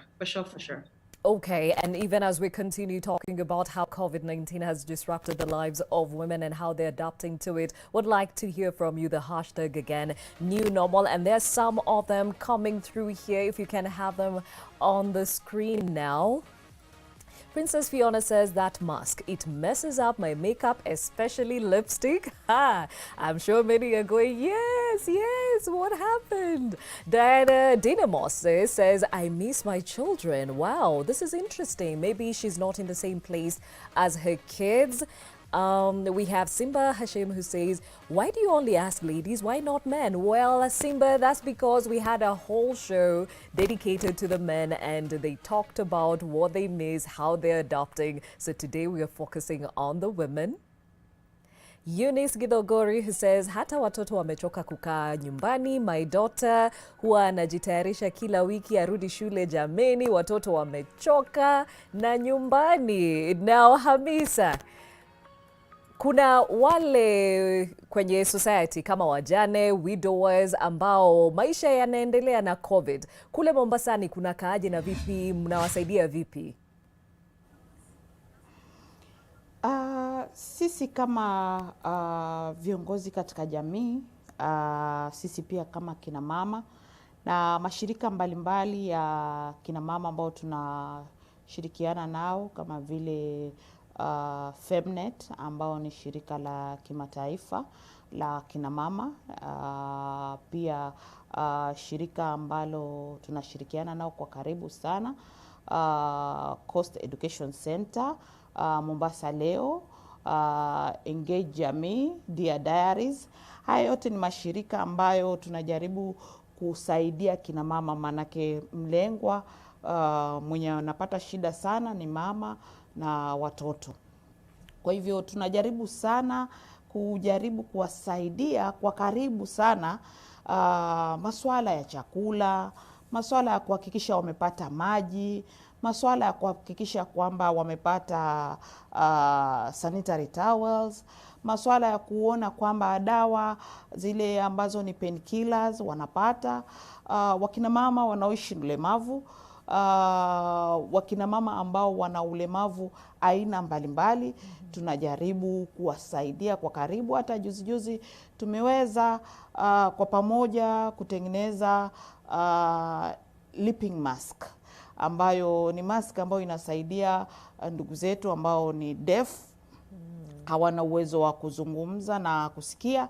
Tumeweza kuwasaidia kwa sababu wakati wanajaribu kufanya sign na kama mask ni ya kuziba, basi hawataweza kufanya communication kwa sababu mtu hawezi kuona lips zake. Kwa hivyo tumetengeneza mask maalumu za kina mama kama hawa waweze kufanya communication na jamii, waweza kufanya communication wakati wamepata tabu, kwa sababu watakuwa wanaweza kulip, na hapa pako wazi, na wanaweza kulip read, na mtu mwingine anaweza kupata hiyo communication. Kwa hivyo tumejaribu njia mbalimbali na kubuni njia mbalimbali kwa pamoja kuweza kuwapelekea. Tumejaribu kupelekea chakula ya kutosha, kwamba japo itakuwa ni kwa wiki 3 itakuwaje, ikiwa zitaongezwa tena wiki tena 3 inakuwaje. Kwa hivyo tumejaribu kufikia wale kina mama ambao wanaishi kwa uchochole, kina mama ambao wanajaribu, walikuwa wana vibarua kidogo kidogo kama hivyo. Wakati mwingi kina mama wengine wameandikwa vibarua vya kuja kufua na kuosha nyumba na kufanya kazi za nyumba na kuenda nyumbani. Sasa vibarua kama vile watu wameogopa sana kuona kwamba labda akija ataniletea mimi ama mimi nitaweza kumwambukiza yeye. Kwa hivyo vibarua kama vile vimesimama. Kwa hivyo hawa kina mama wanaishi kwa hali ya uchochole sana, wanaishi kwa hali ya shida. Kwa hivyo tumejaribu sana kwa njia mbalimbali na kubuni njia tofauti za kuweza kuwafikia, na pia kuweza kuwafikia na kuweza kujaribu kujitetea katika yale mahitaji yao. Si Mombasa, si Kilifi, si Kwale, sehemu nyingi sana tumeweza kusaidia wale kina mama na wasichana. Wasichana pia wana shida nyingi sana kwa wakati huu, wanatumiwa vibaya pia. Wengine wanawatumia kujitafutia mapato yao, wengine wanateka advantage kwamba hawa hawako mashule, hakuna commitment wanafanya, na ni wasichana warembo, na tumemaliza miezi 2 nyumbani, labda amekula kashiba vizuri, anakuwa attractive. Kwa hivyo wanatumiwa vibaya kwa njia ambayo si nzuri, haswa wakiwa hawana uwezo wa kupata kipato. Kwa hivyo njia hizi zote tumejaribu kuzisaidia pamoja na mashirika mbalimbali, kushikana mikono na kujaribu kuona kwamba mama hateteleki wakati kama huu, na mama pia anaweza kujisaidia wakati kama huu, na mama pia anaweza kuishi kuadjust maisha yake kulingana na pandemic kama hii ya COVID. Aya basi, now speaking of the vulnerable, Lucy, where you're still with us, you are in ministry. How has this season opened up your eyes to the needs of others? So this has also been a very interesting ministry season, I must say, because ministry is largely built on physical gatherings where you have a fellowship, you have a life group meetings, and then you have church on Sunday. So all that has gone away and has kind of forced us to think about how to care for the community in this new normal. What that has also brought out is, I guess, the churches need to be more dynamic, but also to reach out one-on-one. I think a lot of people have now been saying that church is not a building. I guess we have all learned that now. And just the community and the need for, phone conversations, more video. I think I've heard Shaz saying she's become an expert in video calling, and so have we, because now services are happening online, I think across the board. Social meetings and prayer meetings are happening on Zoom. I actually even attended a condolence meeting on Zoom this week. So we're leveraging technology as much as possible to be able to make sure that we care for the congregation and the people who are, attending churches or who have been coming to church as much as possible. And I can only be too grateful for the platform that we have in technology and how we have embraced it to do that. Okay, and definitely that is something to keep in mind. As you had seen, we have introduced somebody else, Jiv Mando, who is actually, who just turned 60 this past Sunday. Happy belated birthday to you, Jiv. Thank you for joining us, Mama, and we will understand more about your experience during this COVID-19. And speaking of some of the things that have been taken away, 39 women spent 14 days in quarantine at the Kenya Medical Training College after being arrested at their friend's wedding party at Nasra Estate in Komarok here in Nairobi. Now, the women were arrested on a Saturday night at a house where they had crowded in, contravening the directive against public gatherings. Now, I know we all want that social contact, but these are some of the things that have been said no to. Rose Wangoi with more. At Nasra Estate in Komarok within Nairobi, a wedding celebration was underway. This is despite government directive of banning public gatherings and social events to avert the spread of COVID-19. Police officers said they were tipped off by members of the public that 39 women had congregated at the wedding party on Sunday. The women, though adorned in face masks, gathered in a room against the social distancing rule. By evening, the party was still ongoing by the time the police officers arrived. 3 women attempted to escape the police by climbing into the ceiling, but were cornered and arrested. Nevertheless, the women admitted that they had committed an offense. Tunajua hakuna harusi inakubaliwa watu chache. Hata kama tumeshikwa tungebelekwa station. Sisi tunakubali makosa yetu. Hatujarata. Tunaona makosa. They will be spending the next 14 days in quarantine at their own cost at the Kenya Medical Training College, KMTC, in Nairobi. Ukikaidi amri ya serikali, it is an insult to the government. Why should people gather when people are spreading diseases? I'm not saying they're sick, but in such a situation, you never know who is who. So all these women will be taken for quarantine. Police officers also arrested over 140 people across Nairobi at bars and social joints. Revelers who are rebels to the cause of protecting themselves and others by helping contain the possible spread of the coronavirus. The government has since warned that anyone found outside during curfew hours will be taken into mandatory quarantine.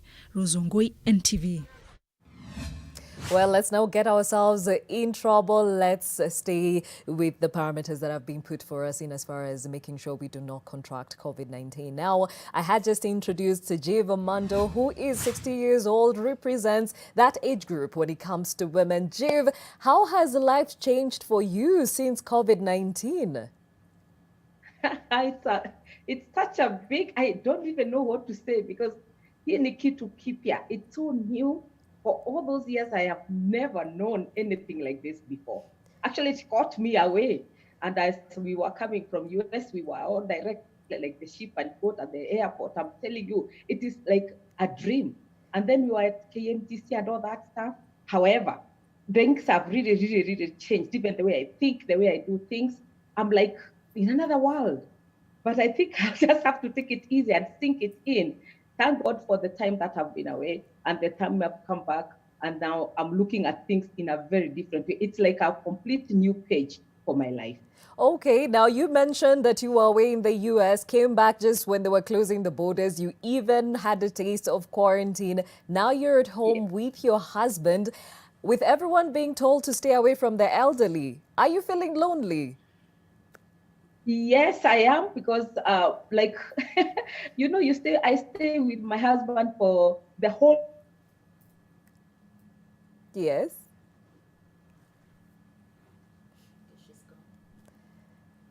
Oh, wow. We just lost her signal, but we shall be getting her back. And let me cross over to Ted. Now, you said you actually have your life revolving around your daughter. But then again, I think at this point, it is important to just give some word of encouragement for those that wear the same shoes you do.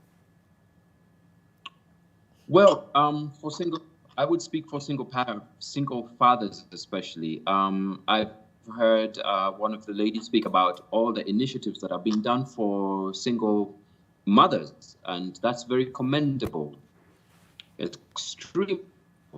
However, somewhere within the cracks, there are families that are led by only fathers who do not have the other person there, the mother available, and I don't know, for some strange reason, the government assumes that if a man is the head of the household, he must have his act together. One, he's taking care of those children by himself. Two, he may not have a job. Three, he's having the same emotional, psychological, physical torment that every other human being who's trying to raise a child alone is going through. We are not immune to this.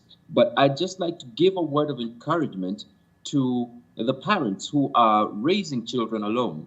And I say the word parents intentionally because it's not just the women. There are men who are also going this journey alone. Please remember that actually you are not alone. God is with you and he walks with you. And when your partner leaves for any reason, God actually plays an active role in securing your children. For instance, for me, touch wood, we have not actually ever gone to hospital since Jay was born. I think we've gone once. God has just been so faithful to us and made sure that small little hurdles like illnesses and disease are really kept away from us, and we are protected against that. One, because of prayer. Two, because of just, trying to live upright and trying to really focus on the things that matter, which is, for me, it's love. Love your child the best way you can. Love yourself the best way you can. And make that home environment, whether you have money or not, make that home environment an environment of love. Because love is not based on money or the material things you have. It's based on the people. Love is a people thing. It's not an item thing. So the more you have love in that home, the more those pressures of we might not have steak today, we might not have chicken today, we might just have to have vegetables today. All of those pressures, they tend to reduce because laughter comes into the home. So stay positive, stay encouraged, stay upright, love your God and pray. Ted, you are very passionate about being keen on the people you let around you. This time, the introspection you've done, have you also had to relook your list of friends? My list of friends is very short, thank God, simply because I have a lot of acquaintances, but the people who really, really, really know me are very, very few. And those people check on me continually. They pray for me continually. They encourage me. I've not had to really do one of those, recheck, let me go through my contact list and delete people because, to be honest, sometimes, especially for men, we are caught up in this trap of we're always out in social gatherings, in the pub, watching football, having a drink, going for X, Y, and Z. And when crunch time comes, such as this, you realize that actually some of these friends were just there for the football, and some of them were just there for the drinks, and some of them were just there for the leisure. For me as a parent, I've never thought of friends as that. So I've not had to delete anyone, thank God. But I know that there are a lot of people who, and I've had phone calls of men telling me they've realized they're alone in this journey because they've lost their job now. They have to take care of their family and the pressure is on. And now when you call your friend, nobody wants to answer because everybody's going through pressure. Yet, when you do get married or when you do choose to have children, you have to realize that you are going to walk a certain part of your journey by yourself. Family is not really especially the nucleus. It's not something that you should take lightly. And you should always focus on, one, making sure that your family is full of love more than anything else. Okay, now shares introspection, the friends around you, has that changed for you? Are there things that you're seeing clearly now? Yes, I feel like I was a little lucky sort of pre-lockdown because I feel like I was already in the space of culling a lot of things that were in my life that I felt were maybe unnecessary at the time. So it wasn't such a shock to the system when that came through. But the thing that I realized for me is that I've had to be deliberate about my dialogue about this season, like really deliberate, because I honestly believe that you create your experience by the words of your mouth. You always do it. So being very careful to not just get into the normal conversation that everyone is in about how bad things are, even when they are bad, and also trying to find things that encourage not just me, but the people who are in my life. I work with a lot of people who are in the informal sector, so the interior design side of my life. And in as much as I've had a lot of work canceled, I've also had a lot of people say, hey, I know we're going through some sort of downtime, but here's work for you. And it's been such a gift to be able to talk to my fundis and people like that and say, hey, actually, we're going to come out of this really strong, and we are not going to speak what we don't want to experience. And so, even coming into this chat, my sister was like, are you going to tell the world that you're single? Or are you going to tell them that you're not single? I'm like, oh, that's a catch-22 situation, isn't it? Because I want to speak life and romance and beautiful things. But definitely a lot of deliberateness, for sure, 100%. Okay, now ladies, I'd like to hear how you're keeping your heads above water, how you're keeping sane with everything around you changing by the day. Now, a registered nurse at the Rafik Hariri University Hospital in Beirut has spent nearly 2 months away from his wife and 2 children since the COVID-19 pandemic hit Lebanon, keeping a safe distance while working long hours at the coronavirus emergency room. But after weeks apart, the 34-year-old took a chance to reunite with his family, but not before testing himself for the disease first. That's him going into the house, seeing them for the first time in a long time.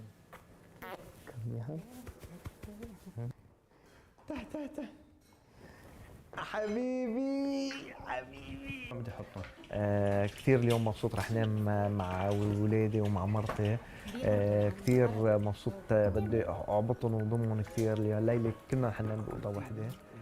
A lot of sacrifices being done in this season, and we commend all those that are at the front line. When we come back, I'd like to hear from everybody if we should certify mothers as first-line workers right after this.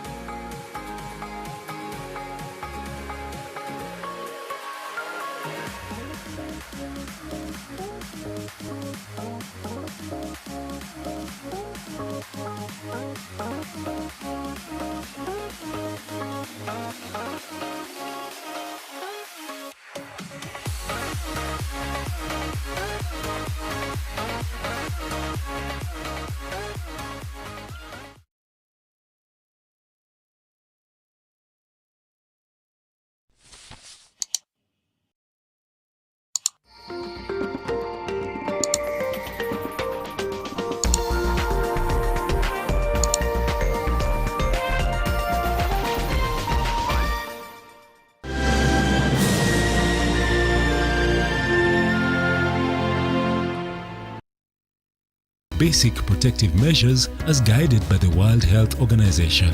Clean hands frequently with soap and clean water. Cover nose and mouth when coughing and sneezing with a tissue or flexed elbow. Avoid close contact 1 meter or 3 feet with anyone with cold or flu-like symptoms. If you have fever, cough and difficulty breathing, seek medical care early. Avoid raw or uncooked animal products. Help the world put an end to the spread of respiratory diseases by sharing this message with a friend. Message brought to you by Sour Herbal Family Bath Soap.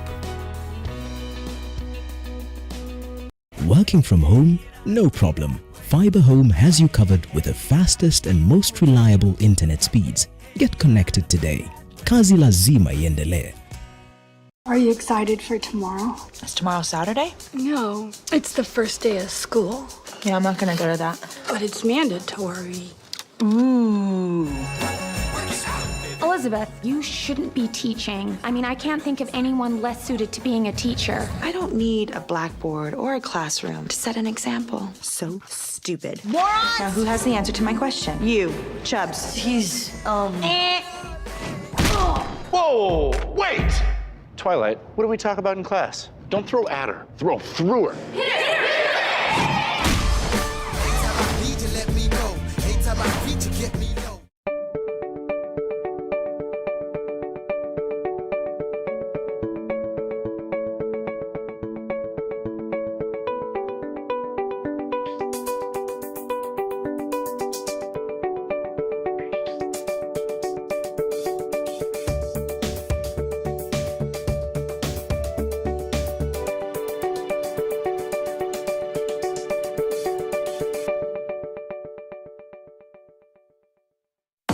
To achieve great things in life, you must do little things every day, like the 1, 2, 3 with Colgate. 1, wake up, wake up.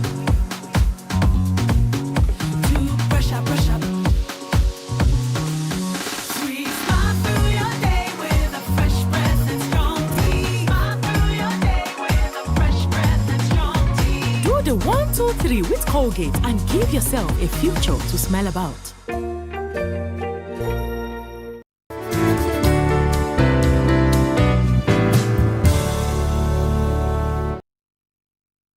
Stay safe. Go digital. Reduce the use of cash and the risk of contamination. Enjoy the convenience and security of PesaPap mobile banking and Family Bank internet banking solutions anytime, anywhere.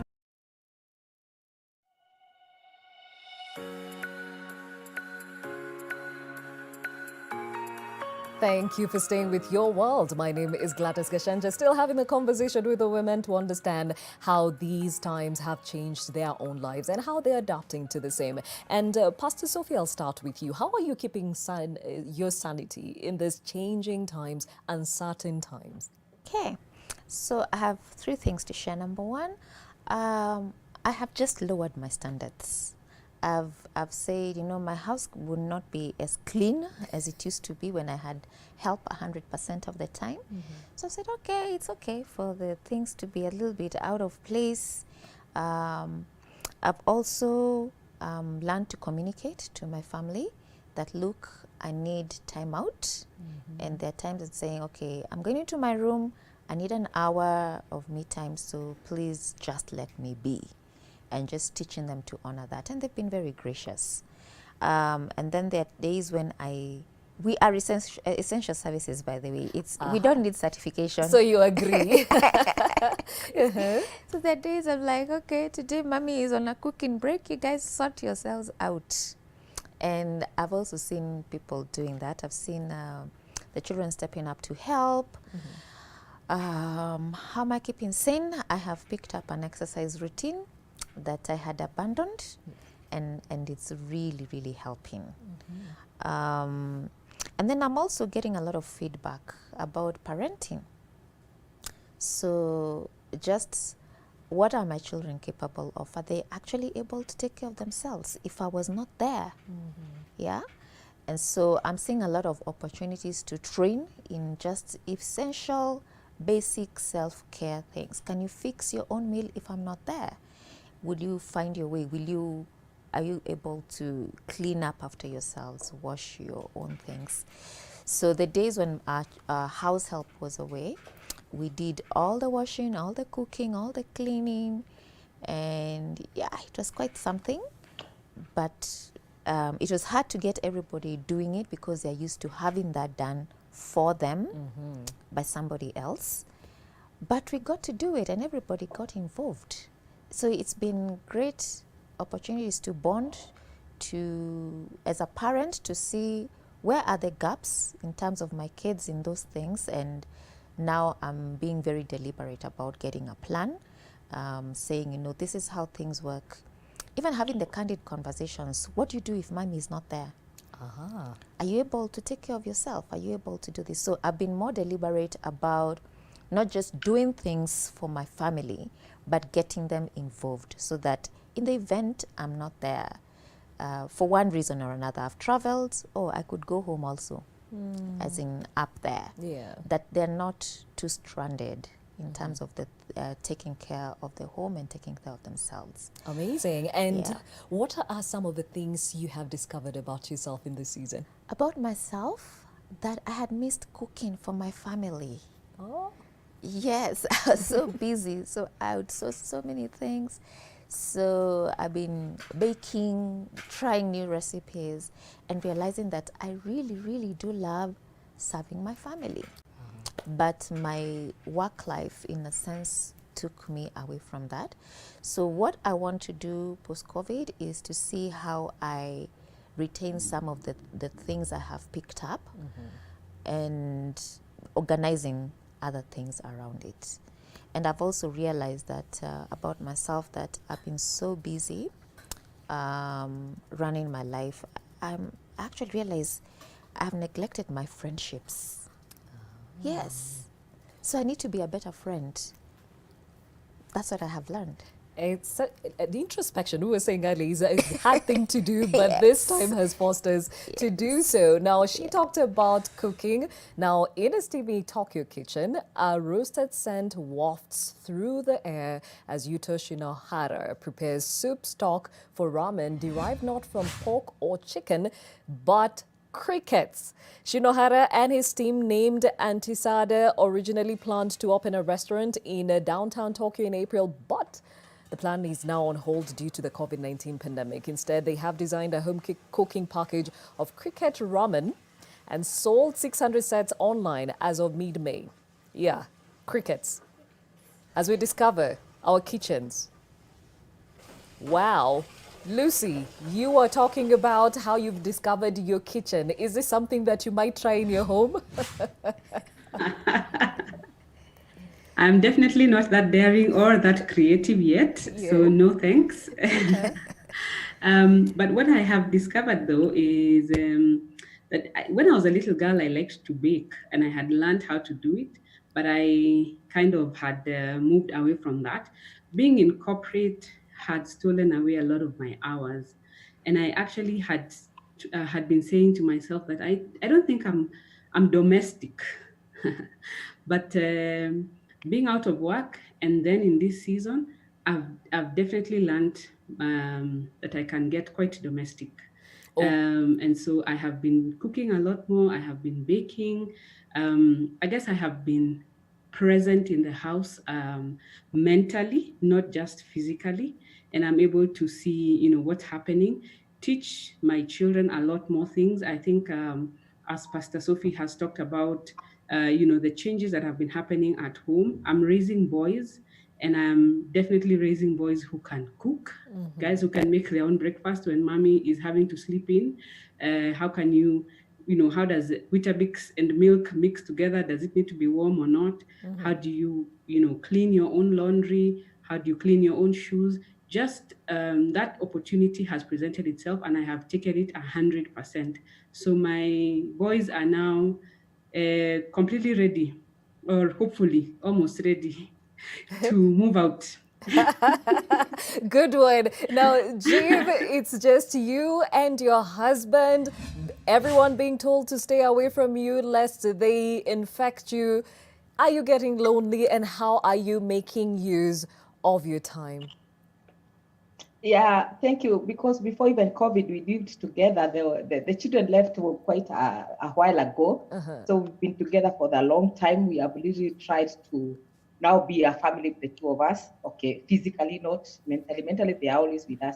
However, staying together has taught me how to, we have started like zero again.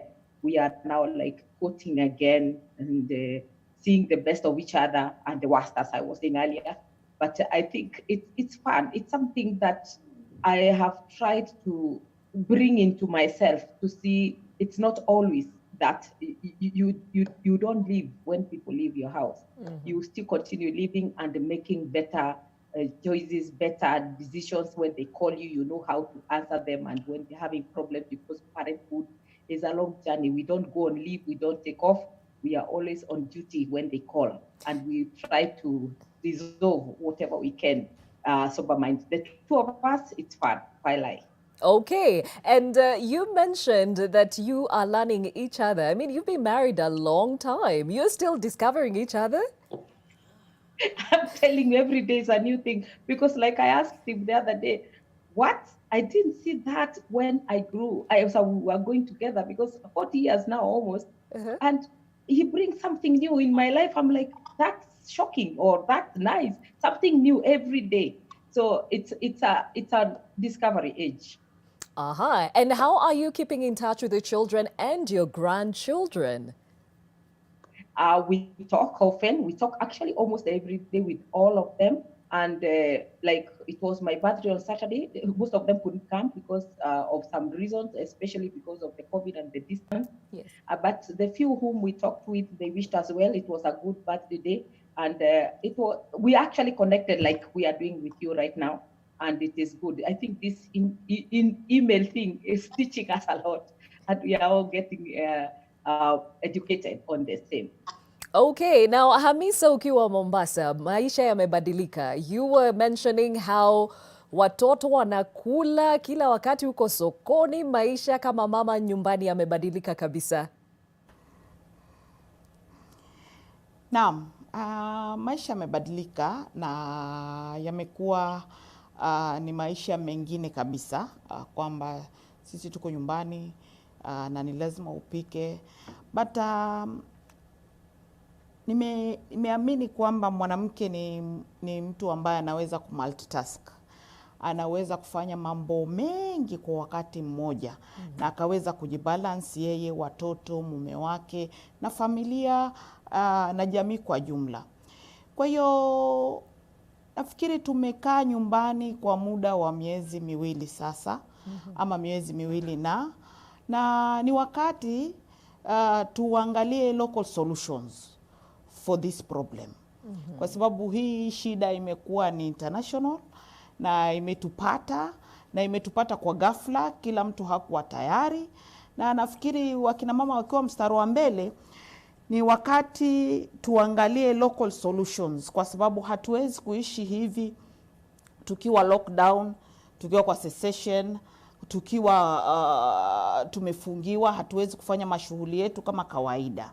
Ni wakati tujifundishe kuishi na huu ugonjwa, na ni wakati badala ya kwa lockdown ama to stay at home, ni wakati tuseme to stay safe. We stay safe wherever we are. We stay safe at work. We stay safe in our kitchen. We stay safe with our families. We stay safe wherever we are. And the government should tell us how to stay safe and live with COVID instead of saying stay at home.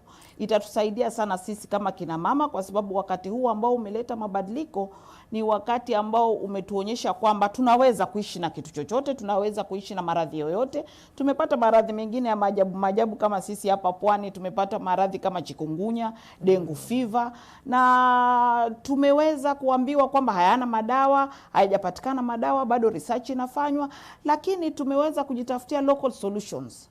So sisi kama kina mama saa hizi tunaomba kwamba we look for local solutions for this pandemic. Na hiyo local solutions iwe ni to stay safe. Kwa sababu ukimwambia mtu stay safe, anaweza kuishi pale popote lakini akiwa amejikinga, zaidi ya kwamba umwambie mtu stay at home na haumwangalii yule mtu kwamba atakuwa anakula nini, anaishi vipi na watoto wake. Tumekuwa kwamba tunaangaliana, tunapeana maswali mbalimbali, tunakuwa tofauti, tumejuana tofauti zetu. Sasa ni wakati wa kwamba tuambiwe kwamba pale unakwenda kuuza sukuma, uwe una stay safe. Pale unaenda kuuza omena, una stay safe. Kwa sababu kina mama hatuwezi kukaa hivi kwa lockdown, kukaa nyumbani, na hata kama tulikuwa tumesahau kupika kwa sababu wengi wetu ni watu wa kazi za nje. Kupika mama ni ubunifu na ubunifu tunao, hizo initiative. Kwa hivyo tutajaribu kubalance our families, but stay safe and stay safe anywhere that we can be. Aya basi mama. Now over to Ted. A question here for you. You seem to have your ducks in a row. Question is, are you part of a support group of widowers perhaps? And how can somebody reach out to you if they'd like that kind of support? Reaching out to me is really simple. I'm very active on Instagram. If you come to my Instagram page and send me a message, I will respond. I try and respond to as many people as I can. I am not part of any support group. However, I am part of a solution. Sometimes support groups are just there for face value, but you need a one-on-one.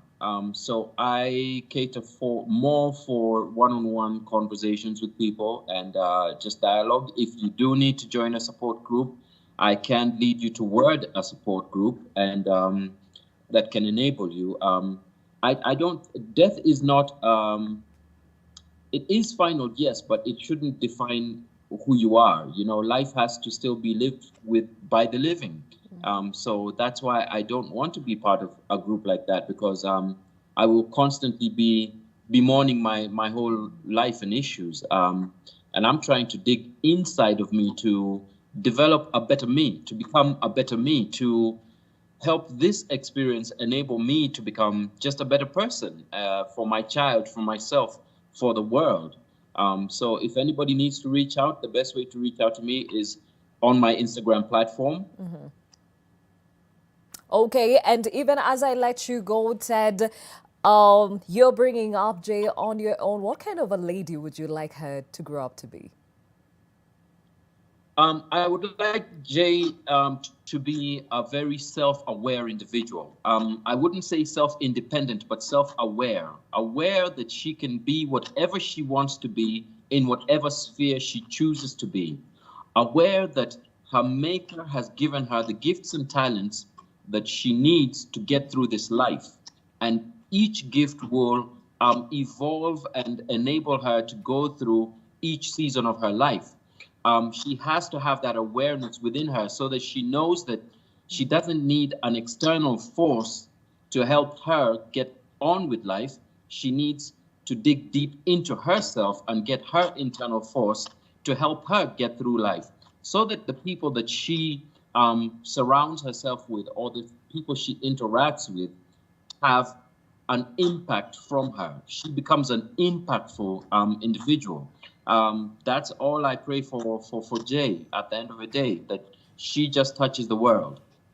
Amen to that, Ted Josiah. We celebrate you, wish you health and safety, and thank you for joining us. Now, Faith, even as we come to the close of this conversation, what are the things you've learned about yourself in this season? I have learned that I'm not a calm person that I think sometimes I am. Because there have been times I've wanted to pull out my hair. But the other thing is, I have also learned that, yeah, I can survive this, as much as it is uncertain, as much as it is hard, and especially, I was just thinking, nowadays watching news is an extreme sport where you really have to think careful before tuning in, because your heart goes through a lot of whatever you see, and especially things that's affecting either family, things affecting children, and things affecting mothers. And so it's a point where you have to really be careful at what I consume, be it on social media, be it on any kind of media, even my own thoughts, that I be careful on what I am consuming. And also be careful, Shaz had mentioned, what I say, because our words create our world. So whatever I say, I make sure I'm speaking even to my children or to even the random mama mbogas I meet, that I speak life, that whatever I shall say is something that will bring hope to someone else, something that will encourage someone. So I'm finding that I have to yes, sometimes step out of my comfort zone and rather than just look at life as me, but also try and influence my world. So just being an encouragement to everyone who is around me. Well said. Now, Shaz, is it going to be the same Shaz and Derito, or you are changing post-COVID? What's new and improved? Let me tell you, new every day. I've realized that your energy flows to what you give attention to, right? So I'm being deliberate about who I give attention to, and if it's not coming back at me, I switch gears and I do something different. So definitely, I hope even people watching me right now can go, oh, there's something different about Shaz to the Shaz that we knew, I don't know, 5 weeks ago or something like that. So yeah, new and improved, glowing, highly moisturized, very positive. I'm into it. Yes. Awesome. Awesome. Gladys, can I just say one thing, please? Okay. All right, Shaz. I know you're worried, right? Because the comedian might say anything. But it's okay. It's fine. I know I'm on TV. I think my parents are watching this. Trust me, we're good. Excellent. And we're still within the watershed hours, so. Yes. All right, Shaz. Thank you so much for joining us. Lucy, over to you. Post-COVID, how does life look like for you? I will definitely borrow Shaz's words, new and improved, remixed and reloaded. I think for me, the season has been excellent. I almost feel like God was extra kind to me for having a year before. So I kind of have had more time than everybody else to discover myself, discover my passions, discover what I want and what I don't want. So I feel like I'm coming out of this season confident, more self-aware, knowing what I like and what I don't like, what I'm putting into myself, what I'm giving out, who are my friends. So I mean, the recipes that I have learned to cook, yes, my interactions with my children and with my husband.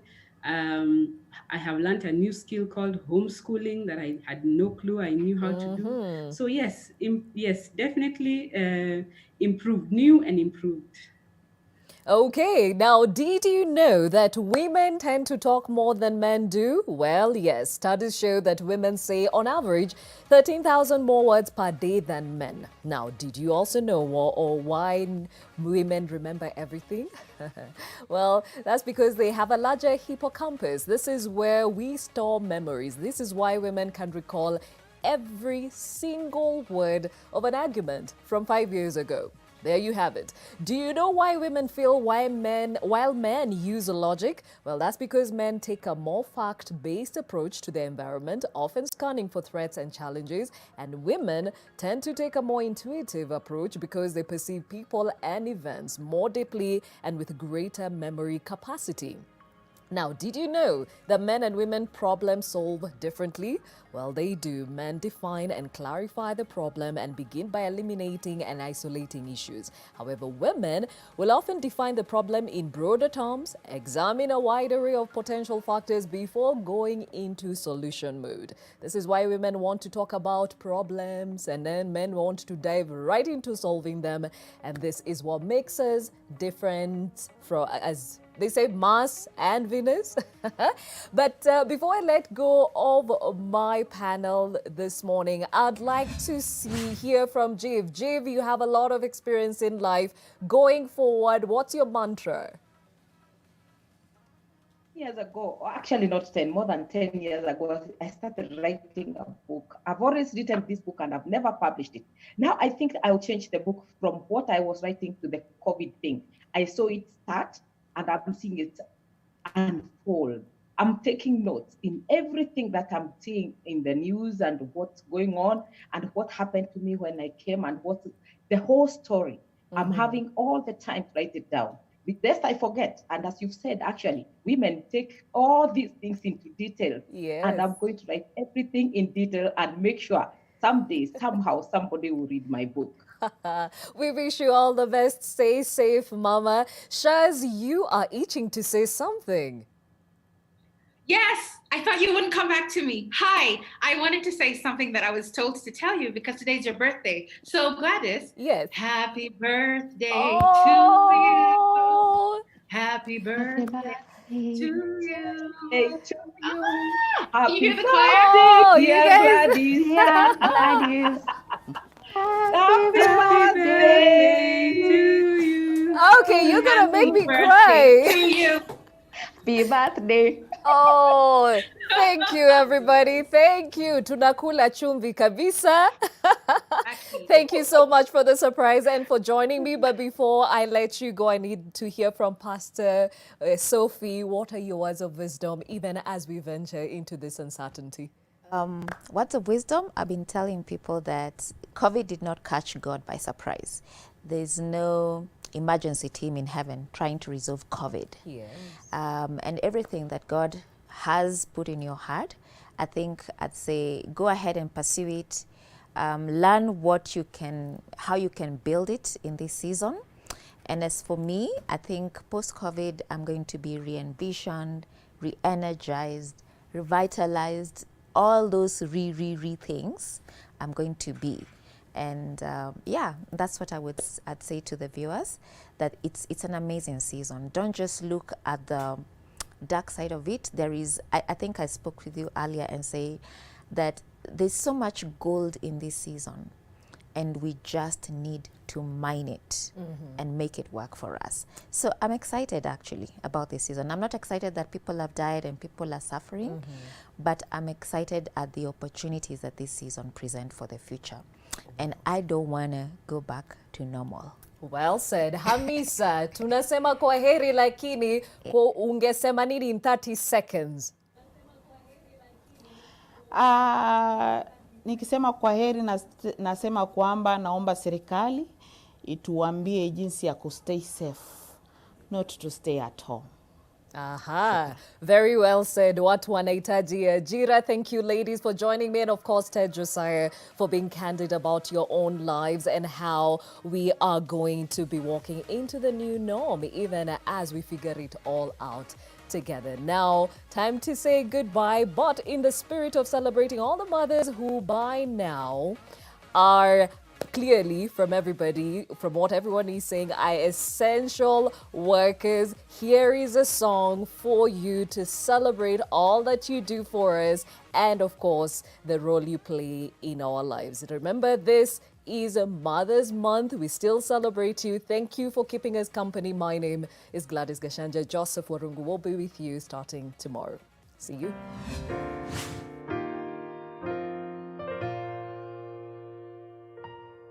Isn't she like